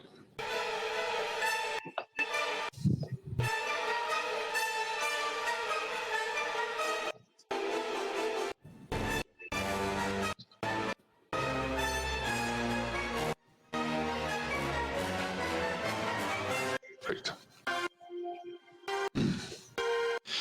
Okay, and as you're getting there, you can see blood being trailed in the water about 30 feet away from you to the south, and you can see the shark moving quickly.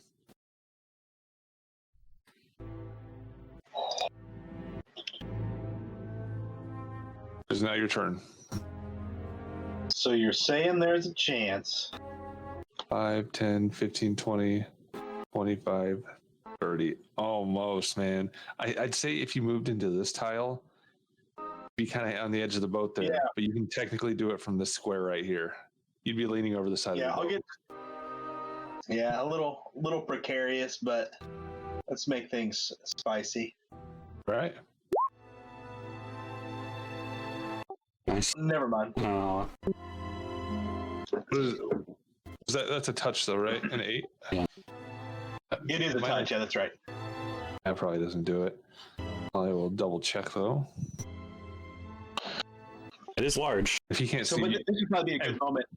Adriel's never seen me cast spells before. Brad and I had talked. I basically had kept that kind of somewhat secret. And so you're probably facing me as you're rowing, and you have already seen some hints at this, but I stand up, I lean out, outstretched arm, to your eyes, dangerously over the edge of this ship, and then you just see ice crystals form in the air around the tips of my fingers as I reach out a hand, and this frosty, rime-filled air swirls out past, and you see maybe you see, probably more here, a shatter as some ice crystals form on the surface of the water. You don't know if I've hit anything or not, but definitely something peculiar about me. Yeah, unless it glowed, I probably didn't see any of that. he's actually denied his dexterity bonus right now, and Nice. he's and it's a touch AC. He can't see you. Glorious. So that's max of 3 cold damage. Nice. Well, let's roll it. Oh yeah, you actually did. Oh sweet. All right, you guys might actually kill the shark. I thought it was going to be a total party wipeout. Disappointing. Especially since this is the campaign boss. All right, man. As this icy ray scratches across the surface, you think you might have missed him until it raises back up, and you see ice crystals growing off some of its blood. You just see blue and red crystals growing on the side where it was cut, and you see a few chunks of ice floating in its afterwake. And I just clench my fist and start to prep another. That's it for me. And let's, yeah, you you definitely hear some sort of arcane words being spoken in the back of the rowboat. You can't see him. You see a faint blue glow. So Awesome. He definitely said something. Yeah. All right. You think that Lutheran just cast a spell? Okay. All right. I am not gonna. Yeah. Well, here we go. I made this easy. Keeps wanting to take Oren's fucking rowboat. Go to the fucking map later, you son of a bitch.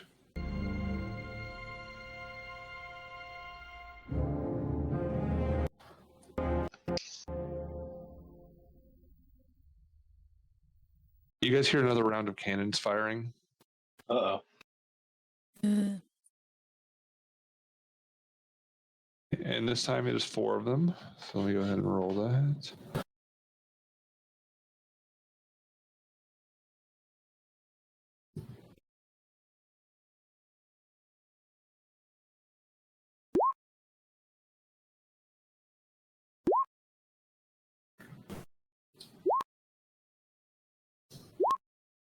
Doesn't look good.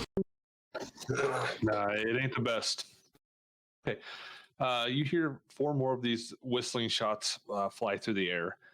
And there is one of them studs soundly into the side of the ship. You guys hear wood cracking, men shouting. One of them clambers across the deck and almost hits these people and splashes into the water right about here. And one of them actually slams into the mast, and I'm going to roll damage for that. And another one splashes into the water over here. All right. Oh dear. There you go. And I'm just going to roll over here. It doesn't have so many hit points. It doesn't matter at this point, but the mast is definitely damaged. Let's keep going. Okay. All right. Well, Court, can you actually do anything? I can't even see the shark. Okay. Court is going. You know what? Court sits down on his ass on the ship. He looks over to you, Kellen.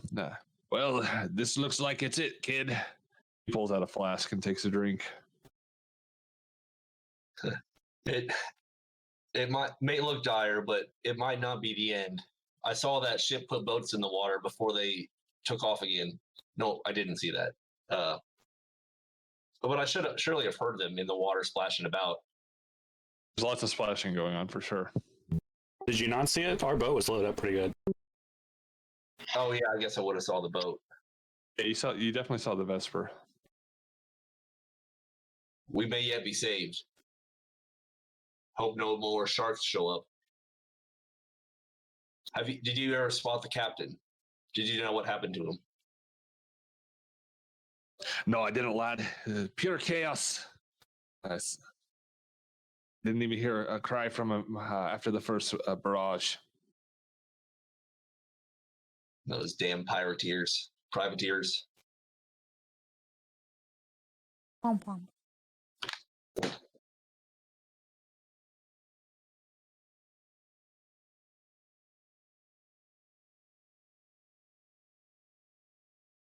Shark is getting the fuck out of here. You definitely notice some patience. This shark is close to you, and gotta roll for Jared to see if he drowned. He's swimming all right. He's actually kind of moving towards all this.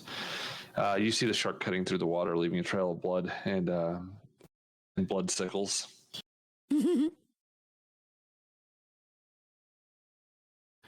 Ellen. I'm gonna do another channeling. I don't know if it matters, but you left another lantern behind. Oh, thank you. Good enough. All right, that's acceptable.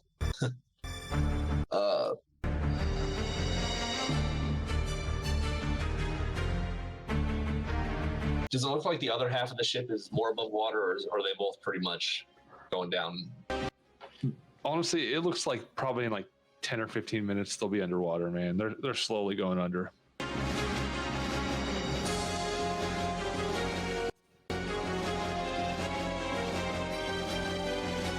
All right, I'll probably move over to here and do a perception to see if I can spot any more survivors. Okay. Roll it.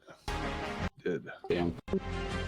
Can't see All right, shit. man. There's definitely bodies floating in the water. Can't. It's really hard to tell. Let's see. Kind of looks like this dude right here might have his hand actually holding onto the ship itself, but he's floating there pretty limp. Gotcha. You're not sure. All right. Your turn. Yeah, that's my turn. My patience. Alrighty. Seeing that the ship is in front of them and the shark is behind them, and while it appears to be fleeing, she doesn't want to take a chance. She yells at her mother, "Mom, quickly to the ship, paddle, kick your feet, but don't let go of the barrel." And will try to again breach the water. Oh wait, she's still underwater. Just kidding. She can't talk until she's above the water. But you can get your head out enough to be shouting some shit. Okay, and then she is going to just try to keep her head above water and unsheath a dagger. Okay. She's gonna stay in the water and tell her mother just to kick away to the ship, like a Which direction? toddler. When you say the ship, you mean right here? Yeah. Right. Yeah, and you totally can, but just so you know, this thing is picking up speed fast. It's like it's going faster than you can run, like pretty soon. Oh, fudge.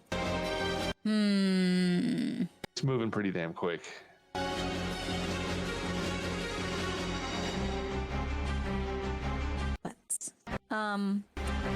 Okay. But she's still gonna yell at her mother to kick north, just because the more distance she can put between herself, her mother, and the shark would be best. Okay. Well, why don't you go ahead and roll that swim check to not get eaten by a shark? Awesome. All right, man. You're able to get your head above the water and go half your movement any direction that you wish. Alrighty. She's just gonna go straight.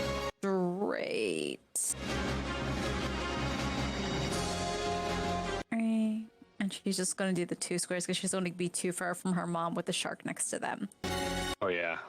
Oh. And she's gonna, I think, if she can, she's gonna try to kind of grab the barrel and also drag it along with her. Can she do that? You only moved enough for a move action anyway, so you can go ahead and roll an aid check. Your standard. Here you go. Give her a +2. Okay. All right. And that's all she can do. Or Orin. I don't even know if you guys can see Orin, but Nope. he's just having a bad day. He's just turning circles in the water. He's having a magical Disney ride. Yeah, he's getting drunk on a boat. Honestly, he's probably quietly weeping in frustration. Should have paid attention in yacht class in his Nobles Academy. Mm-hmm. All right. Okay, and Gigi is gonna do that swimming thing. She's finally able to spit some of the water that she swallowed out, and then she starts to kick. She looks over at you. What's your tone with me, girl? You can tell she's a little embarrassed that she went under. I don't want to hear that lip from you. Get going. I don't need your help. She needs your help.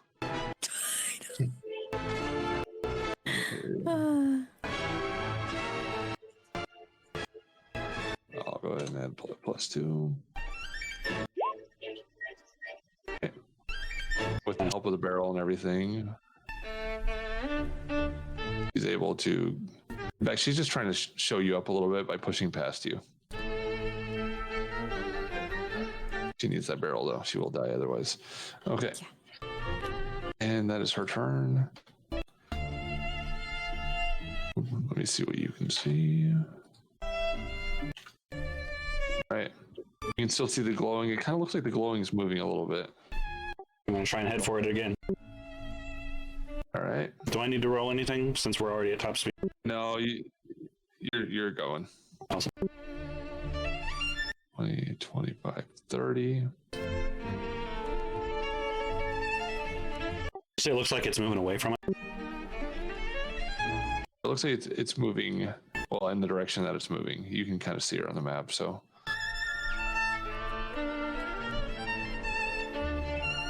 All right. I'll yell out, find my voice, we're here.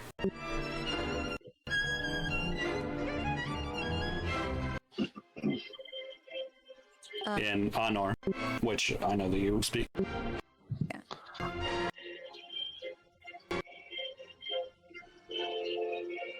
And that I hope you speak. Because I have no idea. Patience can understand you, yeah. Okay. Ben, is there anything in this boat? Like, is there coiled rope or anything like that floating around in the bottom of this? It only makes sense that there's some rope in there. I'm going to say there's rope, and I'll even say there's a javelin like harpoon in there as well. I'm gonna just basically start trying to make heads or tails of this rope, get it uncoiled enough. I'm gonna try and basically prep it to get ready to try and bring these swimmers on board once we get just a little bit closer, obviously. But since I can see in the dark, unlike my companion, I guess I might try to just use my eyes and then navigate and help him steer to get to the right spot. Do I have you set up with dark vision here? I don't actually know if you do or not. I don't think so, because the vision. No, I don't. Here, let me fix that real quick. Sorry about that. No, it's all good. I can see most everything already anyway. This will make it a lot easier. When you said there was a harpoon, I couldn't help but think of picking people out of the water and Sea of Thieves.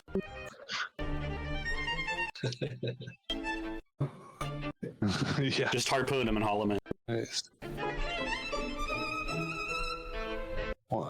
Save settings. There we go. Sorry about that, man. No, it's all good. Yeah, I can definitely. So like I said, kind of coil of rope in one hand, a running end of it in the other, and I'm just, Adriel, a little more to the right, a little more to the right, and basically as soon as we get close enough that I think I can have a decent shot of getting the rope to him, I'm going to throw this rope towards the two women floating in the water.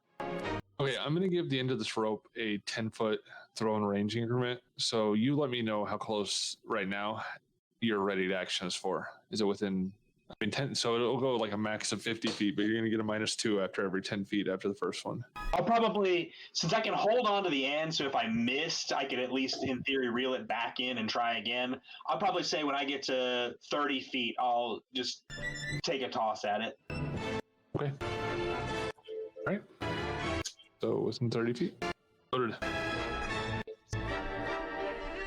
Your turn. We're pretty close. Yep, that's it. Sorry.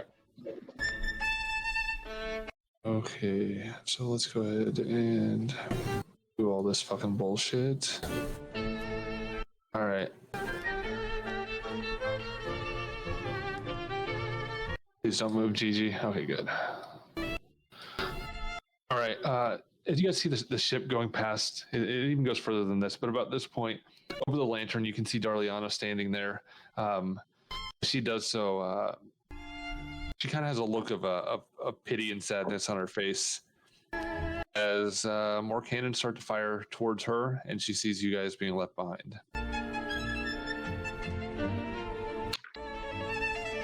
Okay.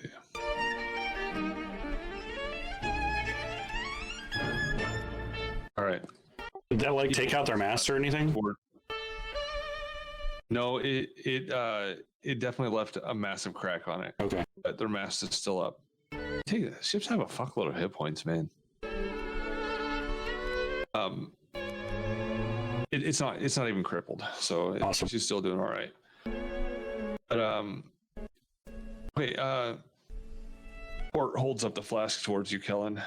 You want a drink? Might be the last chance you get. No, I still don't drink, even when times are dire. He fights you. What are you drinking? What are you drinking, Gove? Oh, it's La Brea Brown. It's from a local brewery, Ooh. Fossil Cove. Let's see. Is it good? Got it. What kind of beer is it? It's a brown ale. Sweet. That's good enough for me, man. Chocolate, spiced dried fruit, caramel, Munich wheat. It has just a bunch of stuff on the side, but the can's really cool. Did you see that Prison Hooch subreddit I sent you? No, I didn't. I guess I overlooked it. You should check it out, man. Just All right. because you've done some home brewing, but it's just people making the most insane home brews you can think of. Like one guy took some Gatorade and made some liquor out of it, and like just all sorts of shit. It's really cool, man. Like I want to do it. Like they have some really cool setups. Like it's just they do some bizarre shit. One guy's like, "Oh, my orange juice went bad. I'm gonna make some liquor out of it." I guess it's actually pretty big in Finland. They have this shit called Kilju, and they just it's just what poor people drink, and most of them don't go blind. It's pretty cool. But anyway, I'm sorry. You should check that out. All right, so yeah, that's what he does, and all right, man.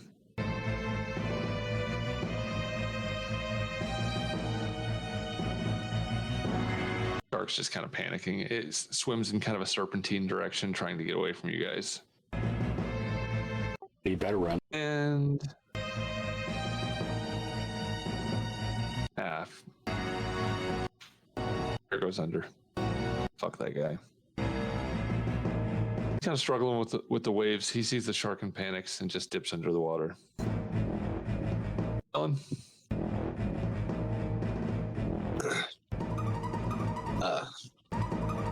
Court, stay up here. I'm gonna go see if that other fella is alive. Okay. He looks a little shocked, like he might actually go somewhere. So you dive in the water? Yep. Actually, first, before I do, I'm going to take off my armored coat. It's a move action to disrobe or to doff. Okay. Okay, it hits the deck. I'm going to drop that and then jump off into the water. All right. Well, you spend another move action to tie it to your clothing, man, but otherwise it just drops to the ground. Oh, yeah, I intended it just to drop on the deck. Okay. In the water, do I get my full movement or do I need to roll a swim? You will need to roll swim, man. This water is not good. There's all sorts of debris. Oh, shit. Corpses and what do you do? Really good. Okay. Man, you dive in and never come back up. Roll new character. All right, man. You jump in the water. It's spinning around you. And as you do so, you realize that there is more of the ship submerged right under you, and it snags onto you and kind of yanks you under a little bit. You are now underwater. Okay. And that's my turn. All right. You say something and bubbles come up. All right, Patience. Patience rowboat is coming. going. I see the rowboat. Patience is going to yell at the rowboat and say, "Northwest, northwest, please." Yeah, let me just get out my compass. In the dark. Follow my voice. Very poorly paddled boat. We turn around.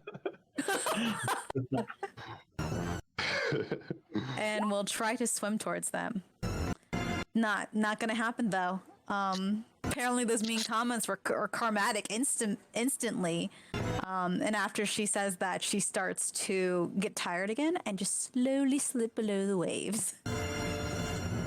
Blah blah. Okay. Blah, blah, blah. And that's all she does. Okay. You guys start to see her kind of scrambling under. She's calling for help.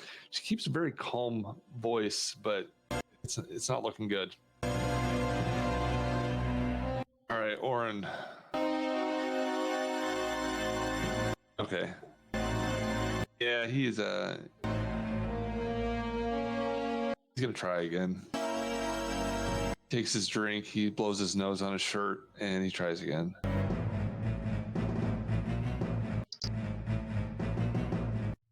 Plus 2. That.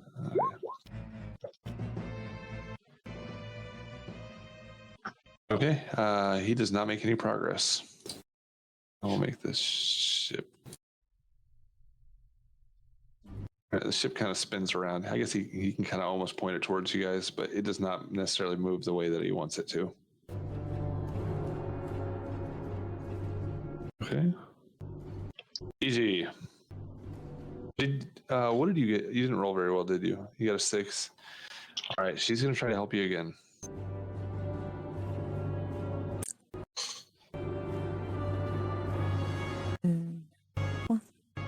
Did the 10 do that, or? You're gonna need a 10 to aid. Well, this 10 was actually, that 10 you see is Kellen's for trying to sail. Womp womp. Orin. Wompity womp. Womp Orin, I'm womp sorry. one. My bad. Yeah. Okay, so she tries to help you, and she actually slips off the barrel. She reaches for you. Still kind of floating there, but she does not assist you. What a pair. It's okay. I think we'll probably be there this turn. Correct. Yeah, you will. And Yeah. be there, but right about here is when you're close enough to throw that rope. As I'm rowing, since I don't know he has the rope, I'm gonna say, "Can you make light, mage?" With a little bit of a stank tone when I say mage. Ooh. I ignore the tone in your voice, but I say, "Afraid not, friend." Cool. And I keep rowing. All right, so you throw on that rope. Yeah, let's do it. So you will be getting a -4 to your ranged attack. I'm just gonna click a general range and see. All right. So go ahead and roll a d8 for me.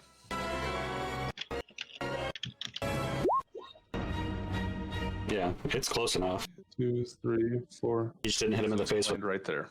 All right, so let me go ahead and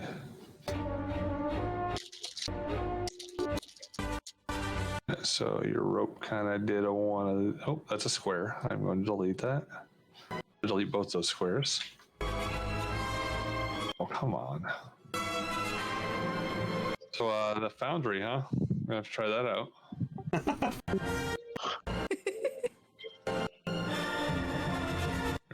Oh. Oh, There we go.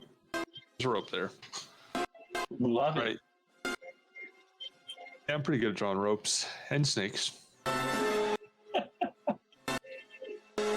Okay, and is that your turn, Lewinthor? Oh, Yep. I'm sorry. That was your ready to action, actually. So you're going to finish your movement. So 5, 10, 15, 20, 25, 30. So right there.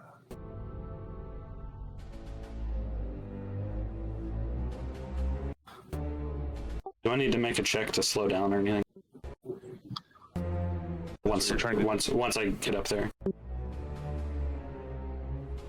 Yeah, probably. Go ahead and roll that.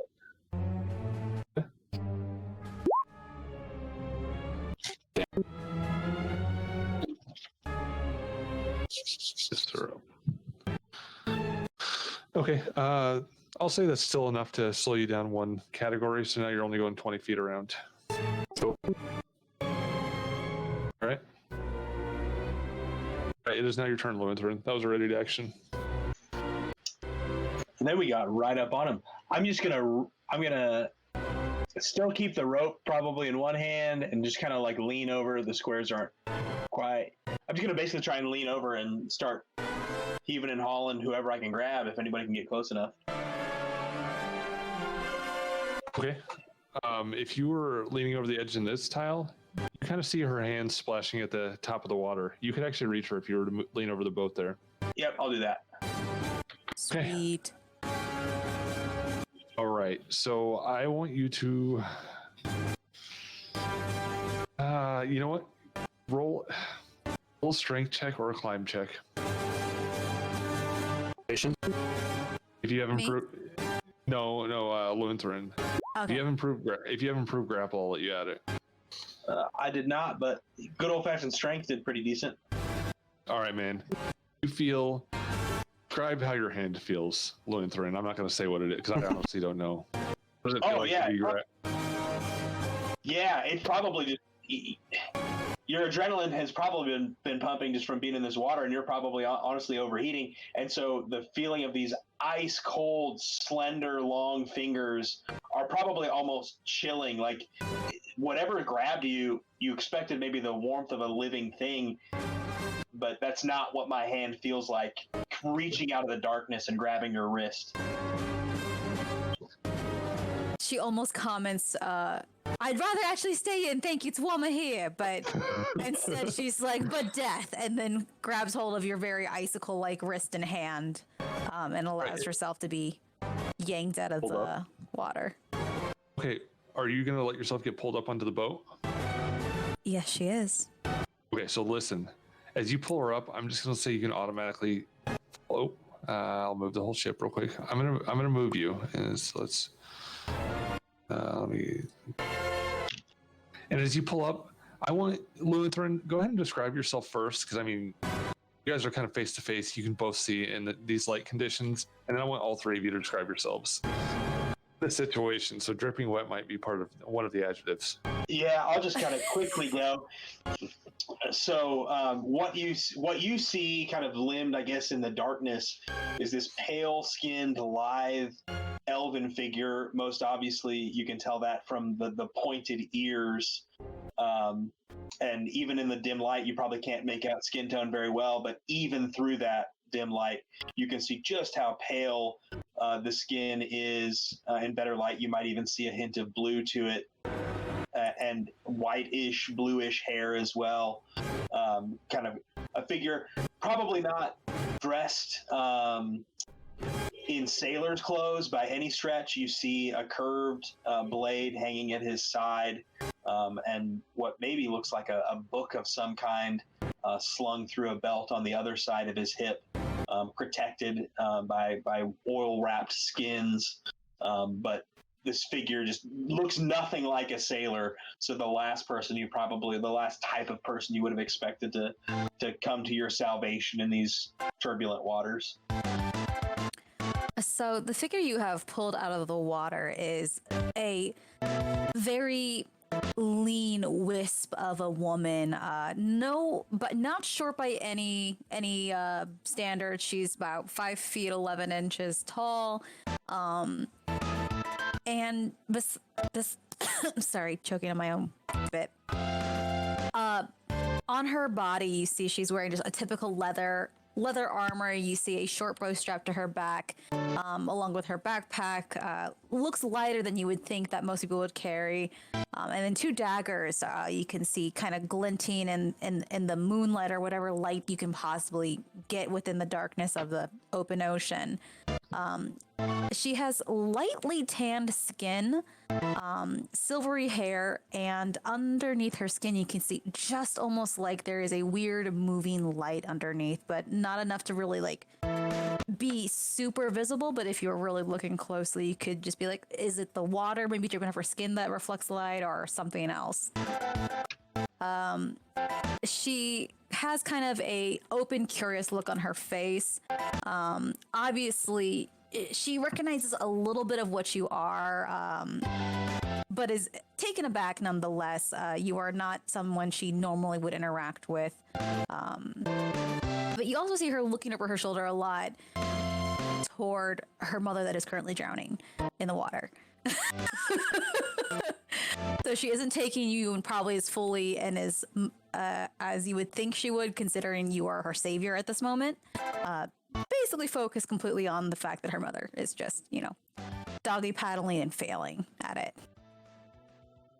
Perfect. But yeah. All right, Brad, let's hear a description of you.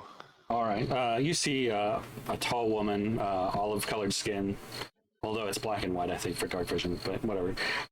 She's wearing leather armor of some sort. Definitely has a very athletic build. Like you would imagine, like, I don't know, like a fucking Olympian probably. Looks very sturdy. Looks like she can probably handle herself pretty well. On her back, she's got strapped a long glaive and a bow, and has some other supplies on her, but the glaive definitely stands out. She's got long brown hair that's braided into several short braids and pulled back. Seems like a reasonable description. So. Yeah. Sorry, I muted. I said yes. Nice. Okay. It probably has features that you're not used to seeing on this half of the world. Yeah. Yes. I would say exotic, but you guys are pretty weird looking. We might even just say Eastern. She looks Eastern, and I mean, I don't necessarily like. That's not necessarily like Eastern on our planet, but we'll get more into the features of those people when we delve more into that. But Yeah. she looks like a foreigner.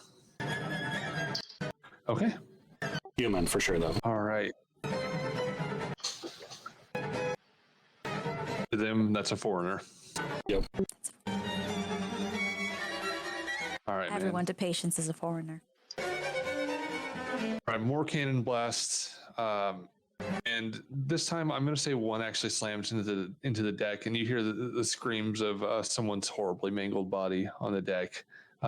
More whistling through the air and splashing into the water. It's full on. This time, the Vesper 3 returns fire. It's Nice. Splash. Smell the acrid smell of gunpowder in the air as it blows across the scene. And they keep going. They are no longer on the map, even though they technically are. They're gone. I mean, they're about 80 feet to the west. Hey, and the captain goes too. All right. All right. Well, now now it's Court's turn to help you. He moves to the side and attempts to pull you out of the water.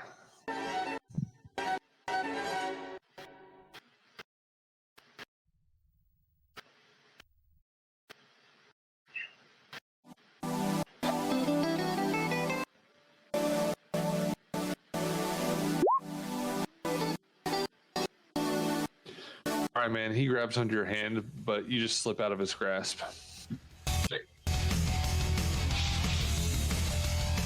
Shark's like, fuck this, bye. Ellen? All right. I guess I'll try to climb back up onto the ship. It's water's a bit too choppy to try to swim over there. Okay.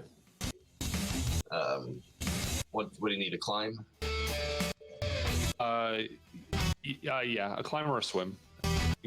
I'll take either one. I'll do a swim. Nice. Yeah. All right, man. You start kicking into the water, just using the physics of the ship rocking under the waves. You wait till it goes down a little bit and just pull yourself up, and you're able to get right here. It is not on fire. You're on the ledge there. And there you are. So I'm going to say that was probably a standard action to get up to that point. You still have a move. I mean, actually, technically that is a move action. You just took a move. All right. Probably move over to here with my other action.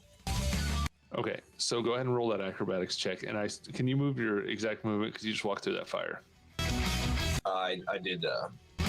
Bop, bop, bop. Okay, go ahead and roll that acrobatics. All right, cool, man. You're able to move there. Your turn, Kellen. That's it. Patience on the boat. I'll just on the boat. I can't really see that I'm on a far, boat. so I'm not really sure what the state is of the rowboats. So I'm All hoping right. they come back for us. She is going to look around to see if there's any kind of rope on your rowboat. There's actually he has a rope that's kind of hanging out from where he's at, and it's in the water right here. So he actually has a rope in his hands, or draped around his shoulders. Patience is going to look at him and be like, I'm going to need to borrow that, please. Yeah, I do nothing. I know it's not my turn, but I like take, please take. She will very quickly and swiftly take the rope and then yell at a Gigi, "Mom, catch!" And will toss the rope out to her mom and attempt to pull her in to the boat. Roll a ranged attack, and you get a -2 to this. How I do that? Just roll a dexterity check, and plus your base. I don't think you have a wait. No, you do have a base attack bonus. So There should be an option just says ranged above your attacks by about 2 rows. Ah, yes. And then you said a -2 to it? you subtract 2 the range increment if you're trying to hit the tile that she's in.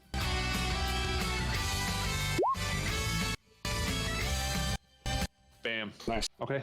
All right, you whip the rope around and just underhanded throw it out to her, and it just lands across the barrel and in front of her. Alrighty. Badass. Let's see here. Will that be called a standard attack, right? No? That's the standard. Okay.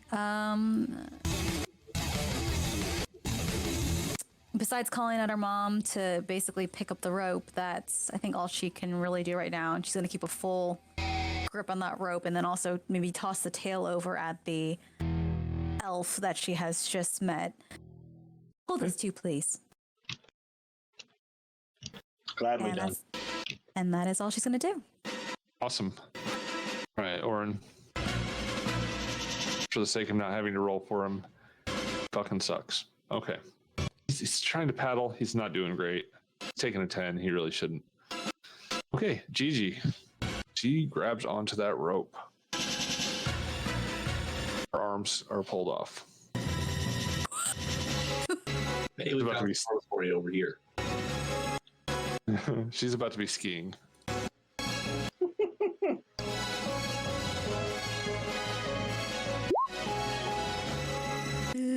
Oh, shit. Oh no, Gigi! God damn it! Synthetic one. All right, so She got no pluses. Ah. Oh, no, You got a -1. minus to this, but I mean, she's technically venerable, so she's getting a -6 to all of her physical ability scores until she goes back in time. So she wraps her arms around the rope, and she thinks she's holding on, but I mean, she's just holding an eel, and the rope just goes past her as you guys continue along. Oh dear. This is about to happen. Yeah, it's not good. But I assume you guys are trying to slow down. So if you can attempt to basically stop within 1 movement if you want to. It's just going to raise the profession sailor by 5. Yeah, I'll try. Okay. Are you going to add anything to this first? No, too late for that. I'm going to add a +4. Was it a DC 15 then? Bro, Do I know? you're able to do it, man. Okay. I can use 0 point if you want. for the sake of simplifying this combat, I'm not going to make 3 more rounds for you to stop a boat. Okay. You know what I'm saying? So I'm just going to say you're able to put the oar in. Boat shifts. I'm going to move it a little bit, so don't jump on it quite yet.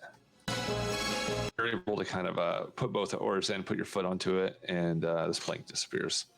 You're able to pull it up into a stop next to her. Awesome.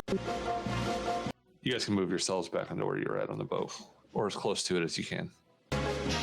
I am as close as I can get. All right, you die.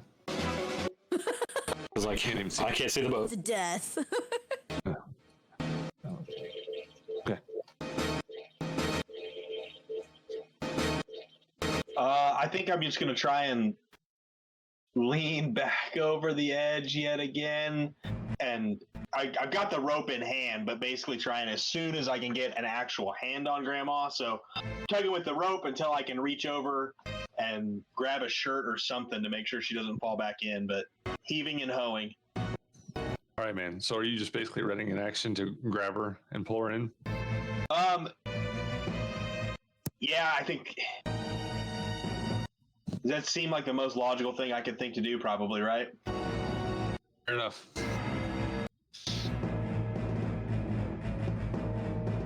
Okay. All right, the combat continues. All right, man. He's just gonna step back. I'm gonna say at this point, over here, this one's finally sunk. All right, the fire sizzles. And it's doused. You're losing a lot of light, aren't you? I still have that light spell. Yeah. Oh yeah, yeah, you do.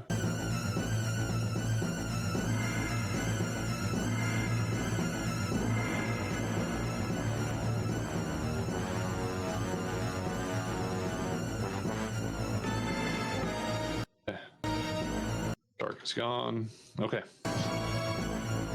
And this rope is not here. Alan. Let's see. You see a lot of the debris start to go under. The sail finally goes completely under. And stays there forever though.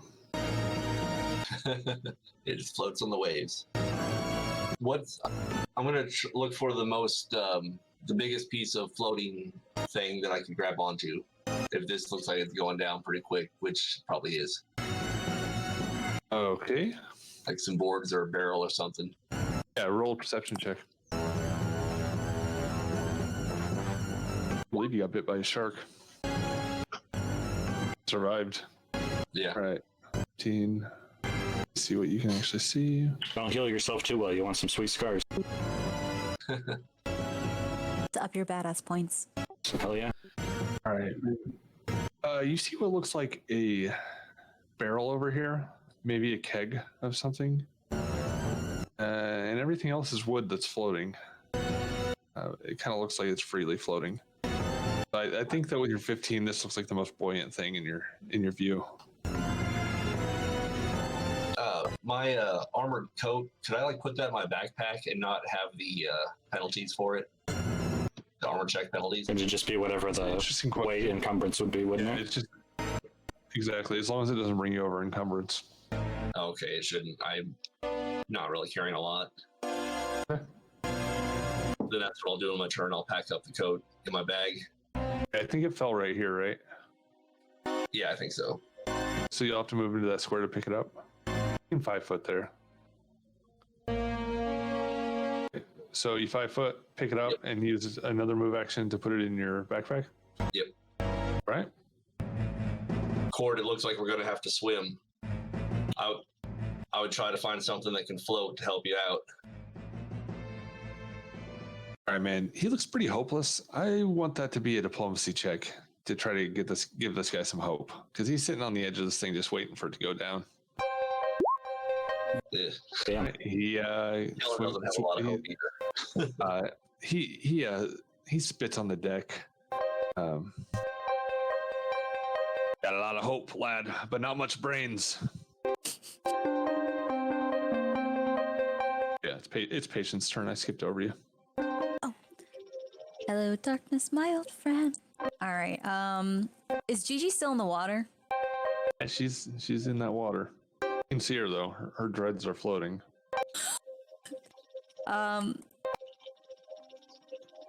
Patience is going to yank the rope back in and tie it around her waist and jump into the water to grab Gigi. Okay. The elf is still holding the other end, right?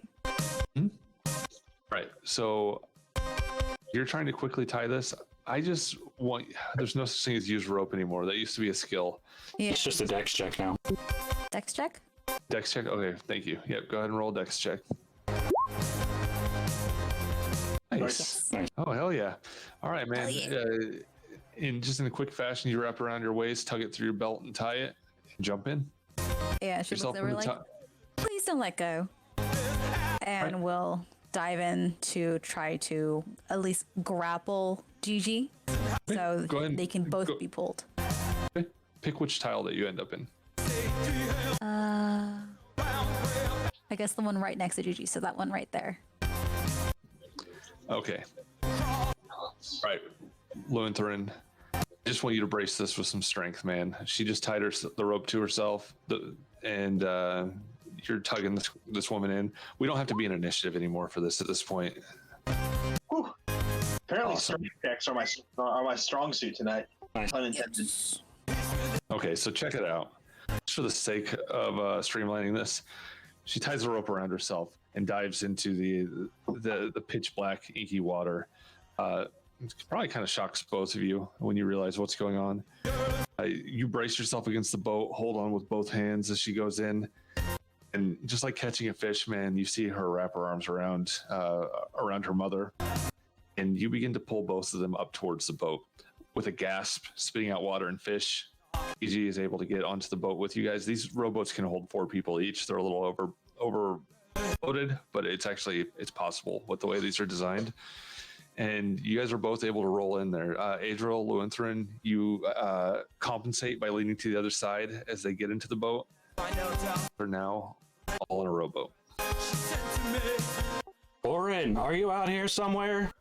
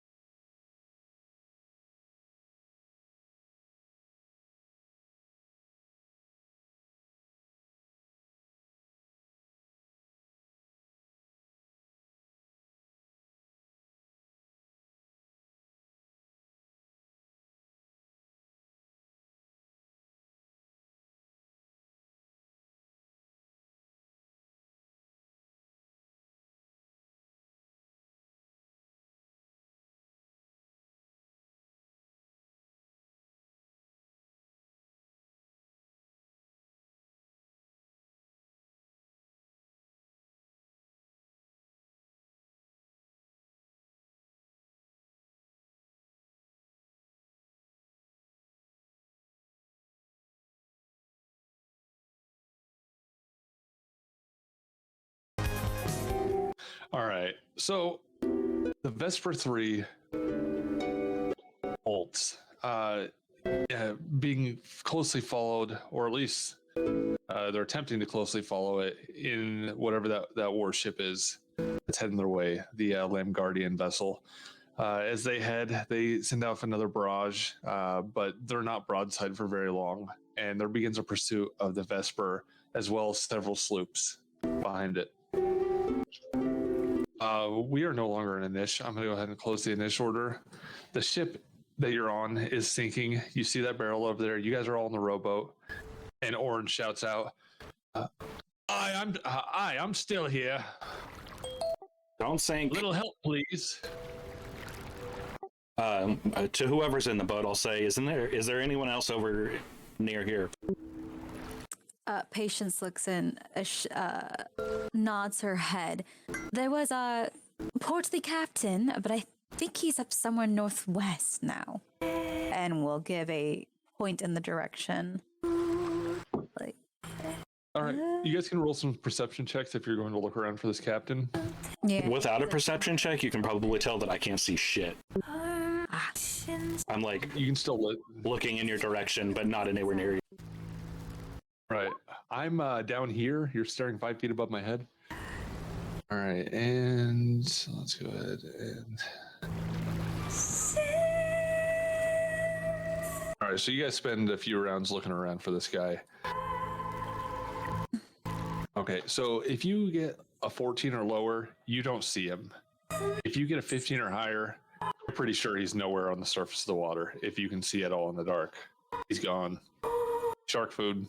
There's a trail of blood in the water, and he's nowhere to be seen. Poofles. I can't spot him. Patience looks around. Should we head back? He's the blood. I think he's swimming with the fishes. Time might be better spent looking for the survivors back on that other glowing ember of a twig over there. Cool. As soon as we're ready to give it up over here, which it sounds like we are, I'm gonna row back towards the Kellen ship.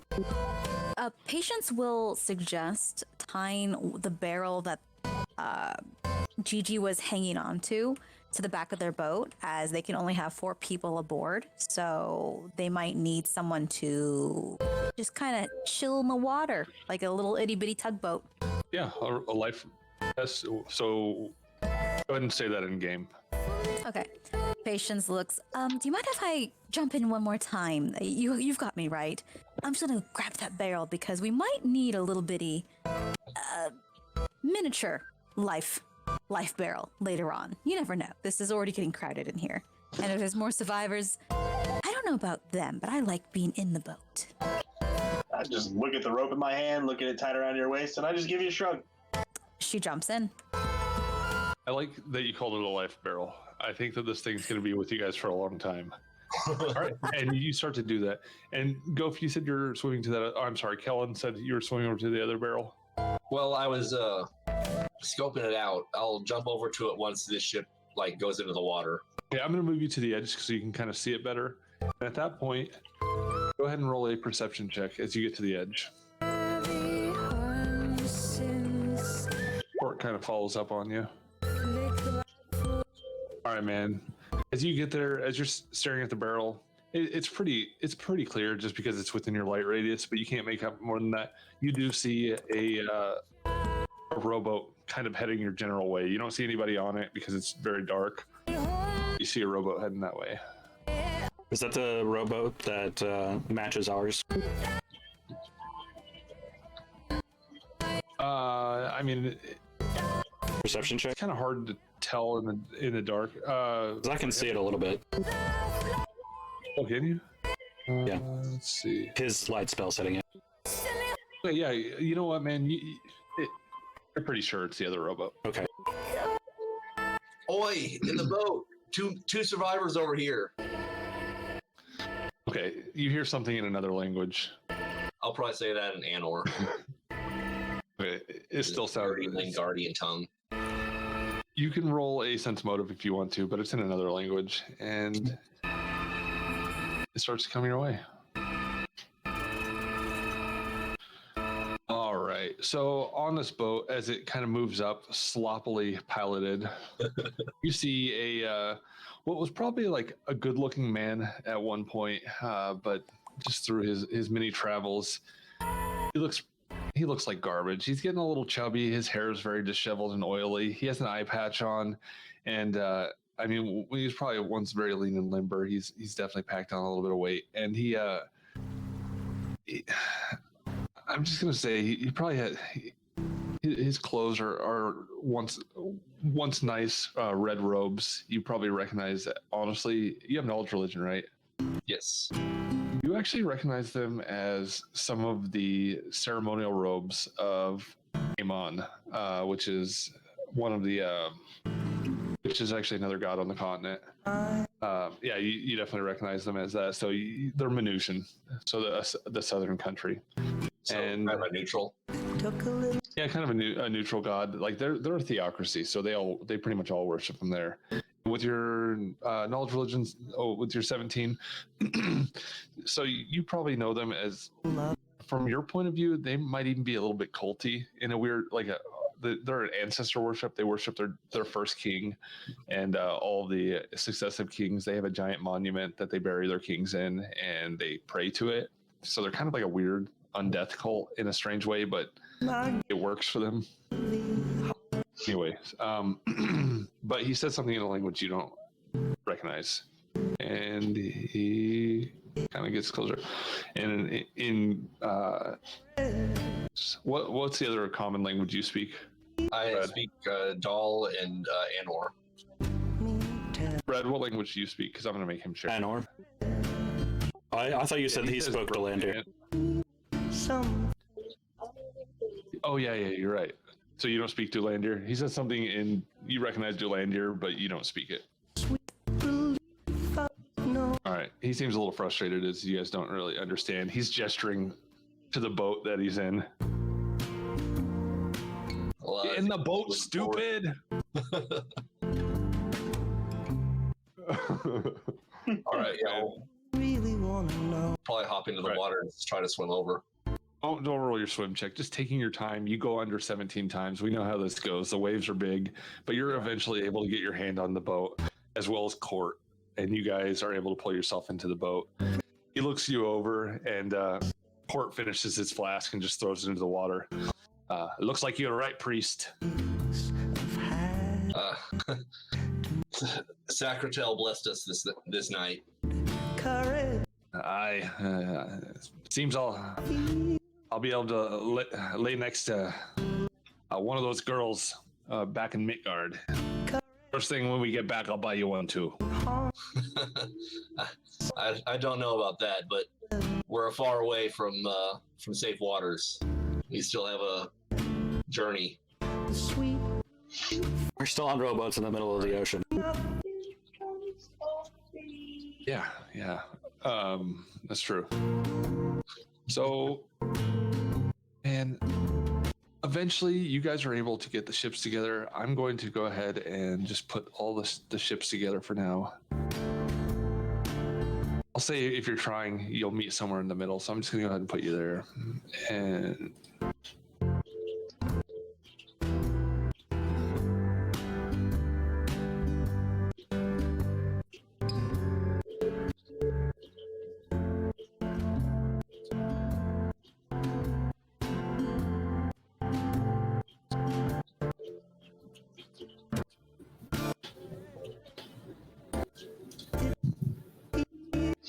Our guiding light. I made it disappear. That's my fault.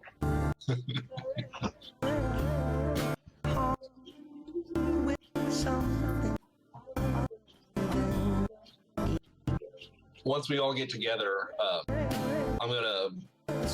My light spell is my Orson, where I can cast it over and over. So I'm gonna cast it on a chunk of wood, and like chuck it out into the water, so it's a little bit away from us, but we can get some residual light.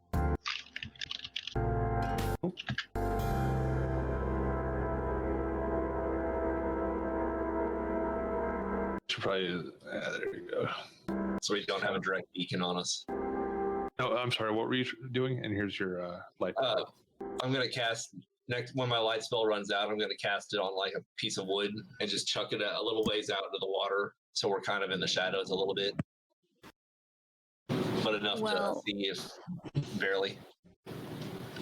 Patience and I think that their boats still have the lovely barrel of life saving attached to their little boat. You could technically cast on as well.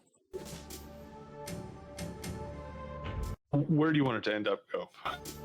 Where would you come and put it? Because they do have a barrel that they have tied to the back, and there's debris everywhere. So you just let me know what you want to do. Yeah, we can do it on the barrel.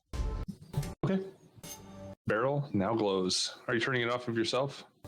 Yes. All right. So hey,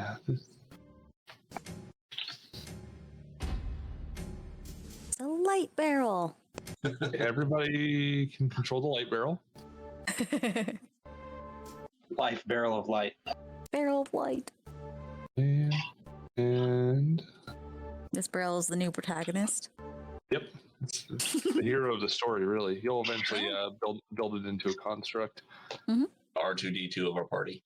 We're gonna love it so hard, it's gonna take on a soul. And let's see. Okay. And are you turning it off for yourself? Yes, turning it off. Okay. So do you have to touch the life barrel for this to happen? Yeah. So if we wanted to maneuver, I could do it.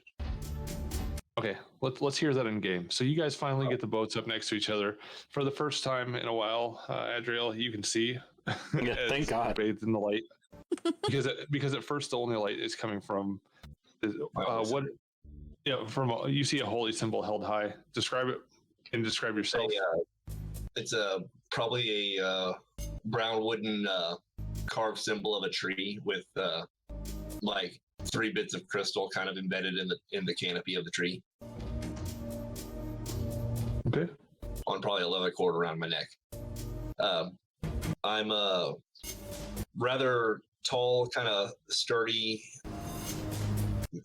man, and probably a green kind of flowy shirt, kind of some trousers, boots, black hair, kind of a thin angular beard.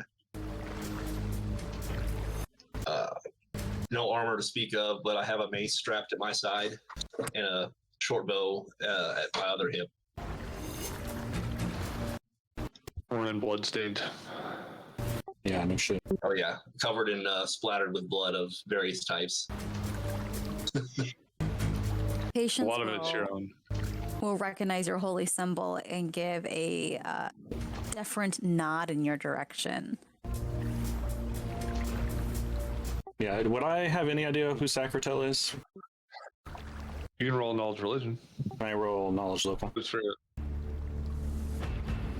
Yeah, you can roll knowledge local for this. Yeah, I probably don't have any idea. And it's dark out here. It's kind of everybody's kind of in a little bit of shock after everything that's happened. You can't really quite make it out, and maybe you don't even think twice about it. But he's holding up a wooden tree that's glowing, and when you get a better look, you can always re-roll this. But yeah, you see him behind him. You see a gruff-looking, thick man with a cutlass on his side.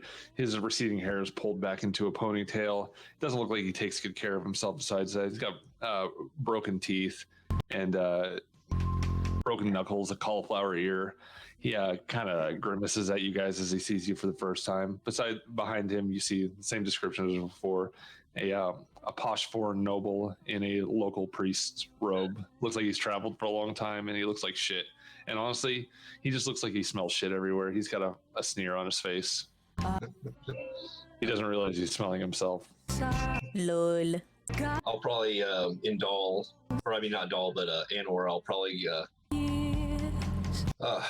you have our thanks, fellows. We after that damn Limgardian privateer tore our ship asunder, we thought we were going to be shark food for sure. Did you see their colors? I didn't really get a good look. There was too much fire and smoke in the air. But you're sure they're Lamgardi? Of course, who else would be in these waters attacking innocent ships? I I stop responding. Yes, We, racial prejudice. We lost all the rest of our crew. We didn't see any more survivors, even the captain. I didn't think anything could ever kill that old bastard. Any reason at all why our ships were targeted? We were flying neutral colors. You guys can. I'll let you guys roll a knowledge local or a knowledge history.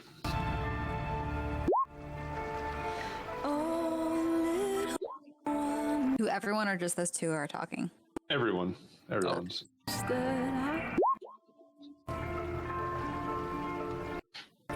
Okay.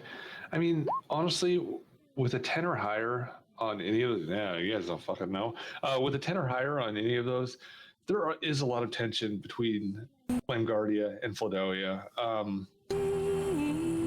Let's see. You got a 13, Lutheran, on your knowledge local. Do you have ranks in that? I don't know. Okay, so that's pretty much. In Patience, do you have ranks in knowledge local? Nope. Okay, so you guys just know that it's kind of like common knowledge that these two nations have a lot of issues. It's kind of like, lots of trade embargoes going on. They still trade, but it's basically been diplomatic war for the last 100 years, just trying to gather resources from other nations, and it's kind of been a cold war, even more so in the last 10 years. Privateers are the main thing, but up until now, I mean, this ship, who actually saw the colors on the ship? Do you guys remember who actually spotted it? I think it was only Adriel, right? It was too far. I just saw like cannon flashes and stuff off in the distance. I didn't actually see colors, I don't think. Okay.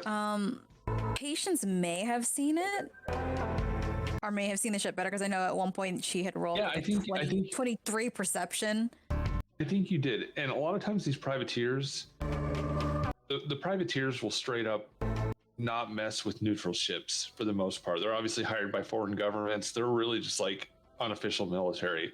There are pirates, but they're kind of ragtag groups of pirates, and they're easily discernible. They're multiple nations, and I mean, they're more likely to fly a nation's flag just to trick you than the privateers are. But Patience, when you saw this ship, it wasn't just flying like a fake flag. This looked like an official warship of Langardia. This was not a privateer. Listening to the conversation of the others as they debating what kind of ship it is, Patience will kind of just, at this point, she's a little more shy now that there's more people and more people she doesn't know. She's kind of scooted close to her mother, who is still probably coughing up minnows. And will kind of just again raise her hand and be like, actually, I think it was. What you saying? The Langardia. My mother and I have been around a lot and for a while. I recognize that flag anywhere. It wasn't a knockoff. The threading was correct. Well, of course. I knew I was right. It's unusual. Perhaps they have upped their war games? Things I know from gossip have not been great on the political side.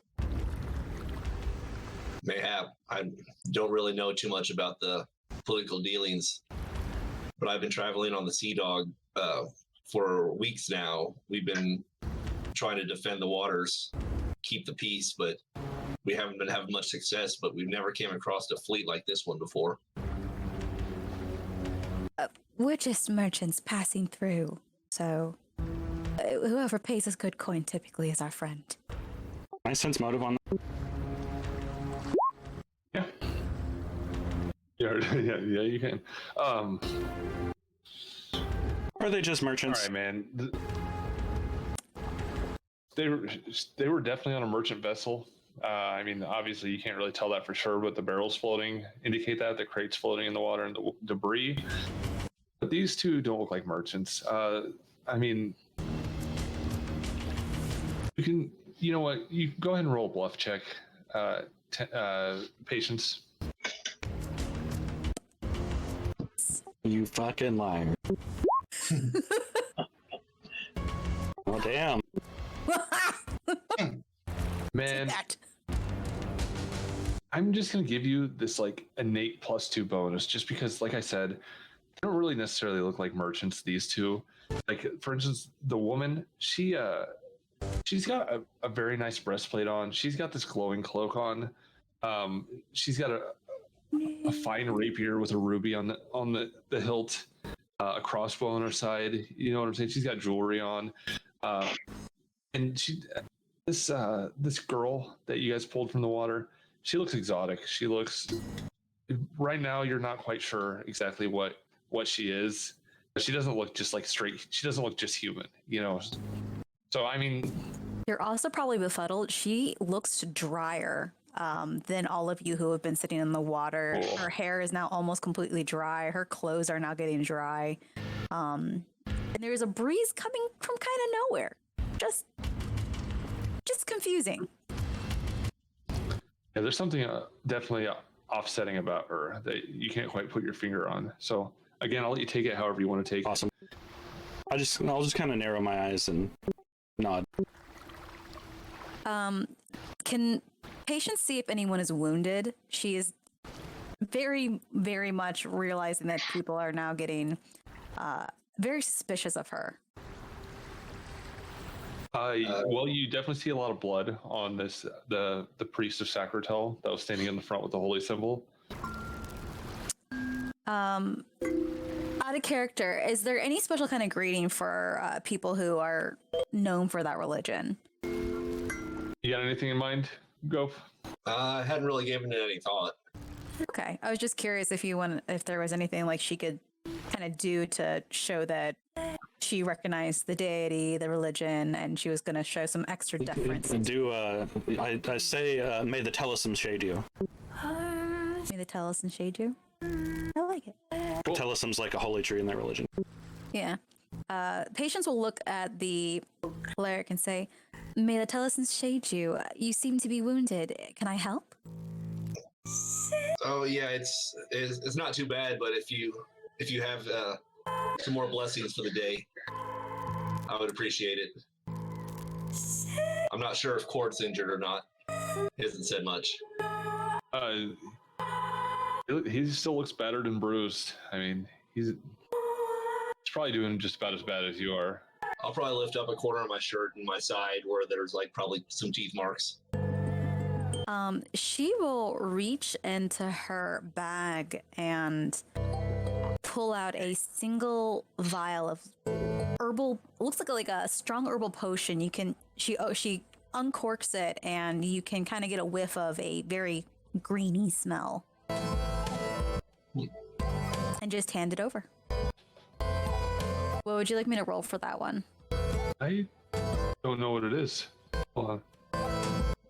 Well, I'm looking at your character sheet. Is it on your character sheet? It should be. Okay. Yeah, I just. I think I added it on correctly. I think I paid for that. Did I add the wrong thing in? No, that is an empty one. Oh, it's an empty one? Well, It's just a vial. I thought those were full. Just kidding. Just kidding. Let's see. You She have will rings. offer though to bind his wounds with the basic, I guess, Yeah, heal. Yeah, you have heal. You can check them out. So the boats are pulled closer, and as you look close, something with big sharp teeth got him. You see a shark bite on his side. It's partially healed up, and you can tell it was magically healed. But there's definitely some of the wounds are still there. She'll probably rip part of any kind of extra clothing she has on herself to bind his wounds. She seems to be very deferential to him as a person of the Sacritel religion. Okay, cool. I roll a heal check. And it's okay. Yeah, okay, man. You're able to staunch some of the bleeding and clean it off some. And she wraps some of her own cloak around her own cloak. She tears the strip off and wraps it around you. My thanks. It's not often in my line of work I see the kindness of strangers. May you always have a shady spot in life. She will then kind of back up and again make eye contact with the people who look super suspicious of her. Probably didn't look that suspicious. You're like, just glaring the whole time. I'm just kind of sizing everybody up since they're all strangers. Ben, have there been continued reports of these cannons? Yeah, just realistically, after a minute, you would no longer hear them. So you hear a few more shots, and when there's no one else is on the broadside, it's probably a pursuit, and you can assume that off in the distance, especially with keen elven eyes, you probably see glimpses of the light over the water as they crest waves, and they are heading to the northwest. I'm sorry, the northeast. They turned and started heading northeast. Okay. And you guys know, after traveling on the Vesper, it is a fast ship. It's not laden down with a lot of cargo. It's mostly just people. And Darliana took pride in how fast that boat was. Awesome.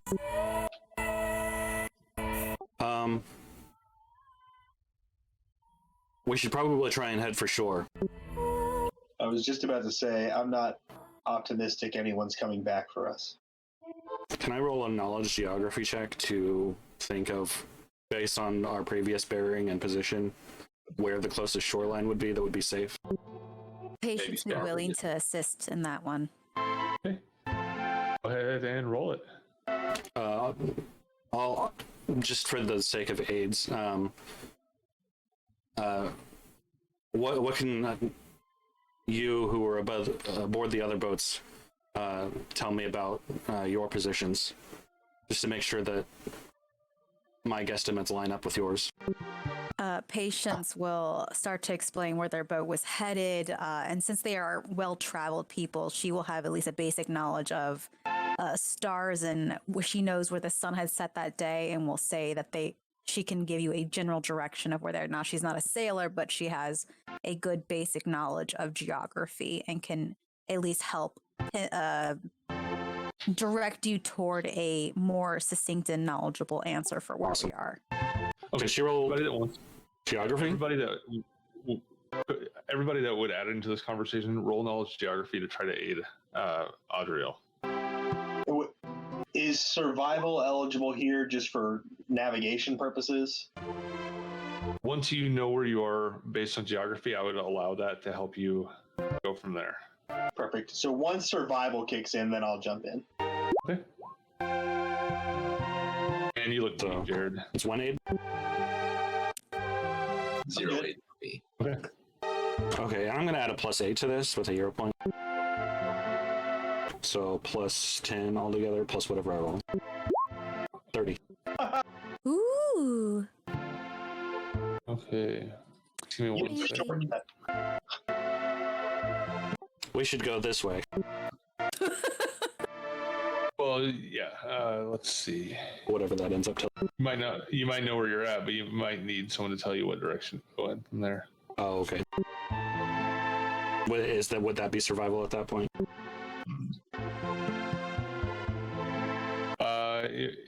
It would honestly. I need to look to see exactly what it is. Okay. I think professional sailor could also. I think survival for. I honestly don't fucking know. I'll find out.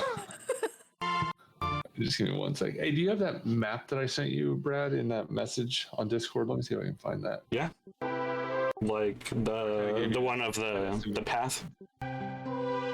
Yeah, the little estimation I gave you. Can you resend that to me real quick? Yeah, hang on just a second. I don't have to fucking screenshot this.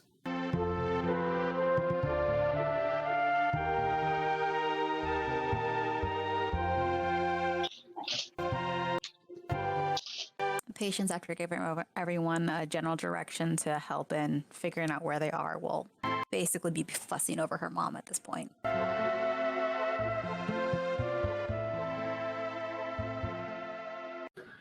Okay, so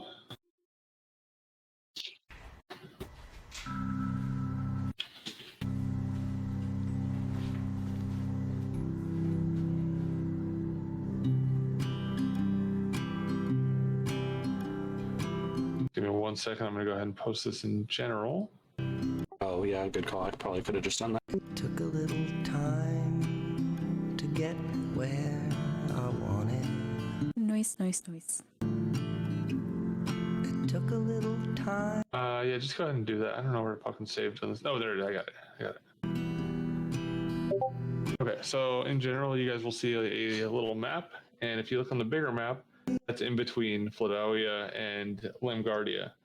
Okay, Wilge is a southeastern port city on that island, and there's a lot of trade that goes behind. Any of the major trade going between the two countries will often go through the trade route there. But you guys are somewhere just in the area where the arrow is, really. So the north coast of Fladolia would probably be the closest. Not the island? That's what you can assume. Well, I mean, I know you got a 30, but just assume that you're somewhere in that circle, in that area. Okay. It's a little distracting, and it's dark, so I'm just going to go with that. Lamgardia to the north, Fladolia to the south, Wilge to the east. Some ego. You guys might roll sense motives on this, but I'm gonna say we should head north. Can somebody help me figure out where the fuck that is? And again, you're welcome to roll sense motives. Patience at this point just kind of wants to get her mother and herself out of a tiny dinghy and onto land. And honestly, I'm kind of playing this up that Lewinthrin has no idea about anything really very sailing relevant. The only thing I could probably do is try and like navigate using the stars. So if you tell me we need to go north, I have no reason to doubt you. I'm just going to look at the stars and tell you how to get north. Patience will also assist within that. The mistakes I've had. Because again, she and her mother are not sailors, but they have done enough traveling and seen enough night skies to have a general knowledge of, North Star, South Star, Southern Cross kind of thing. Hey, Brett, I can't honestly think why Adriel would have any sort of malicious purpose at this point anyway. So Sure. It would never enter my mind not to go the way you say. Ego. If that's the closest way to land. What would we roll? Did we determine what we'd roll for this? I'm going to say that. Let me find out. Let me just get an exact answer. Let's see.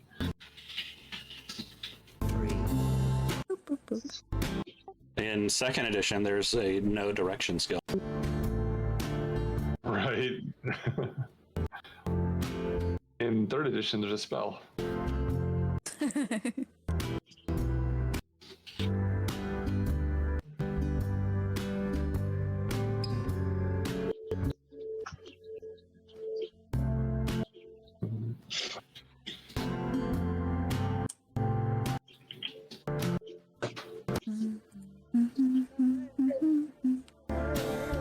Direction sense, I believe, is what it was called.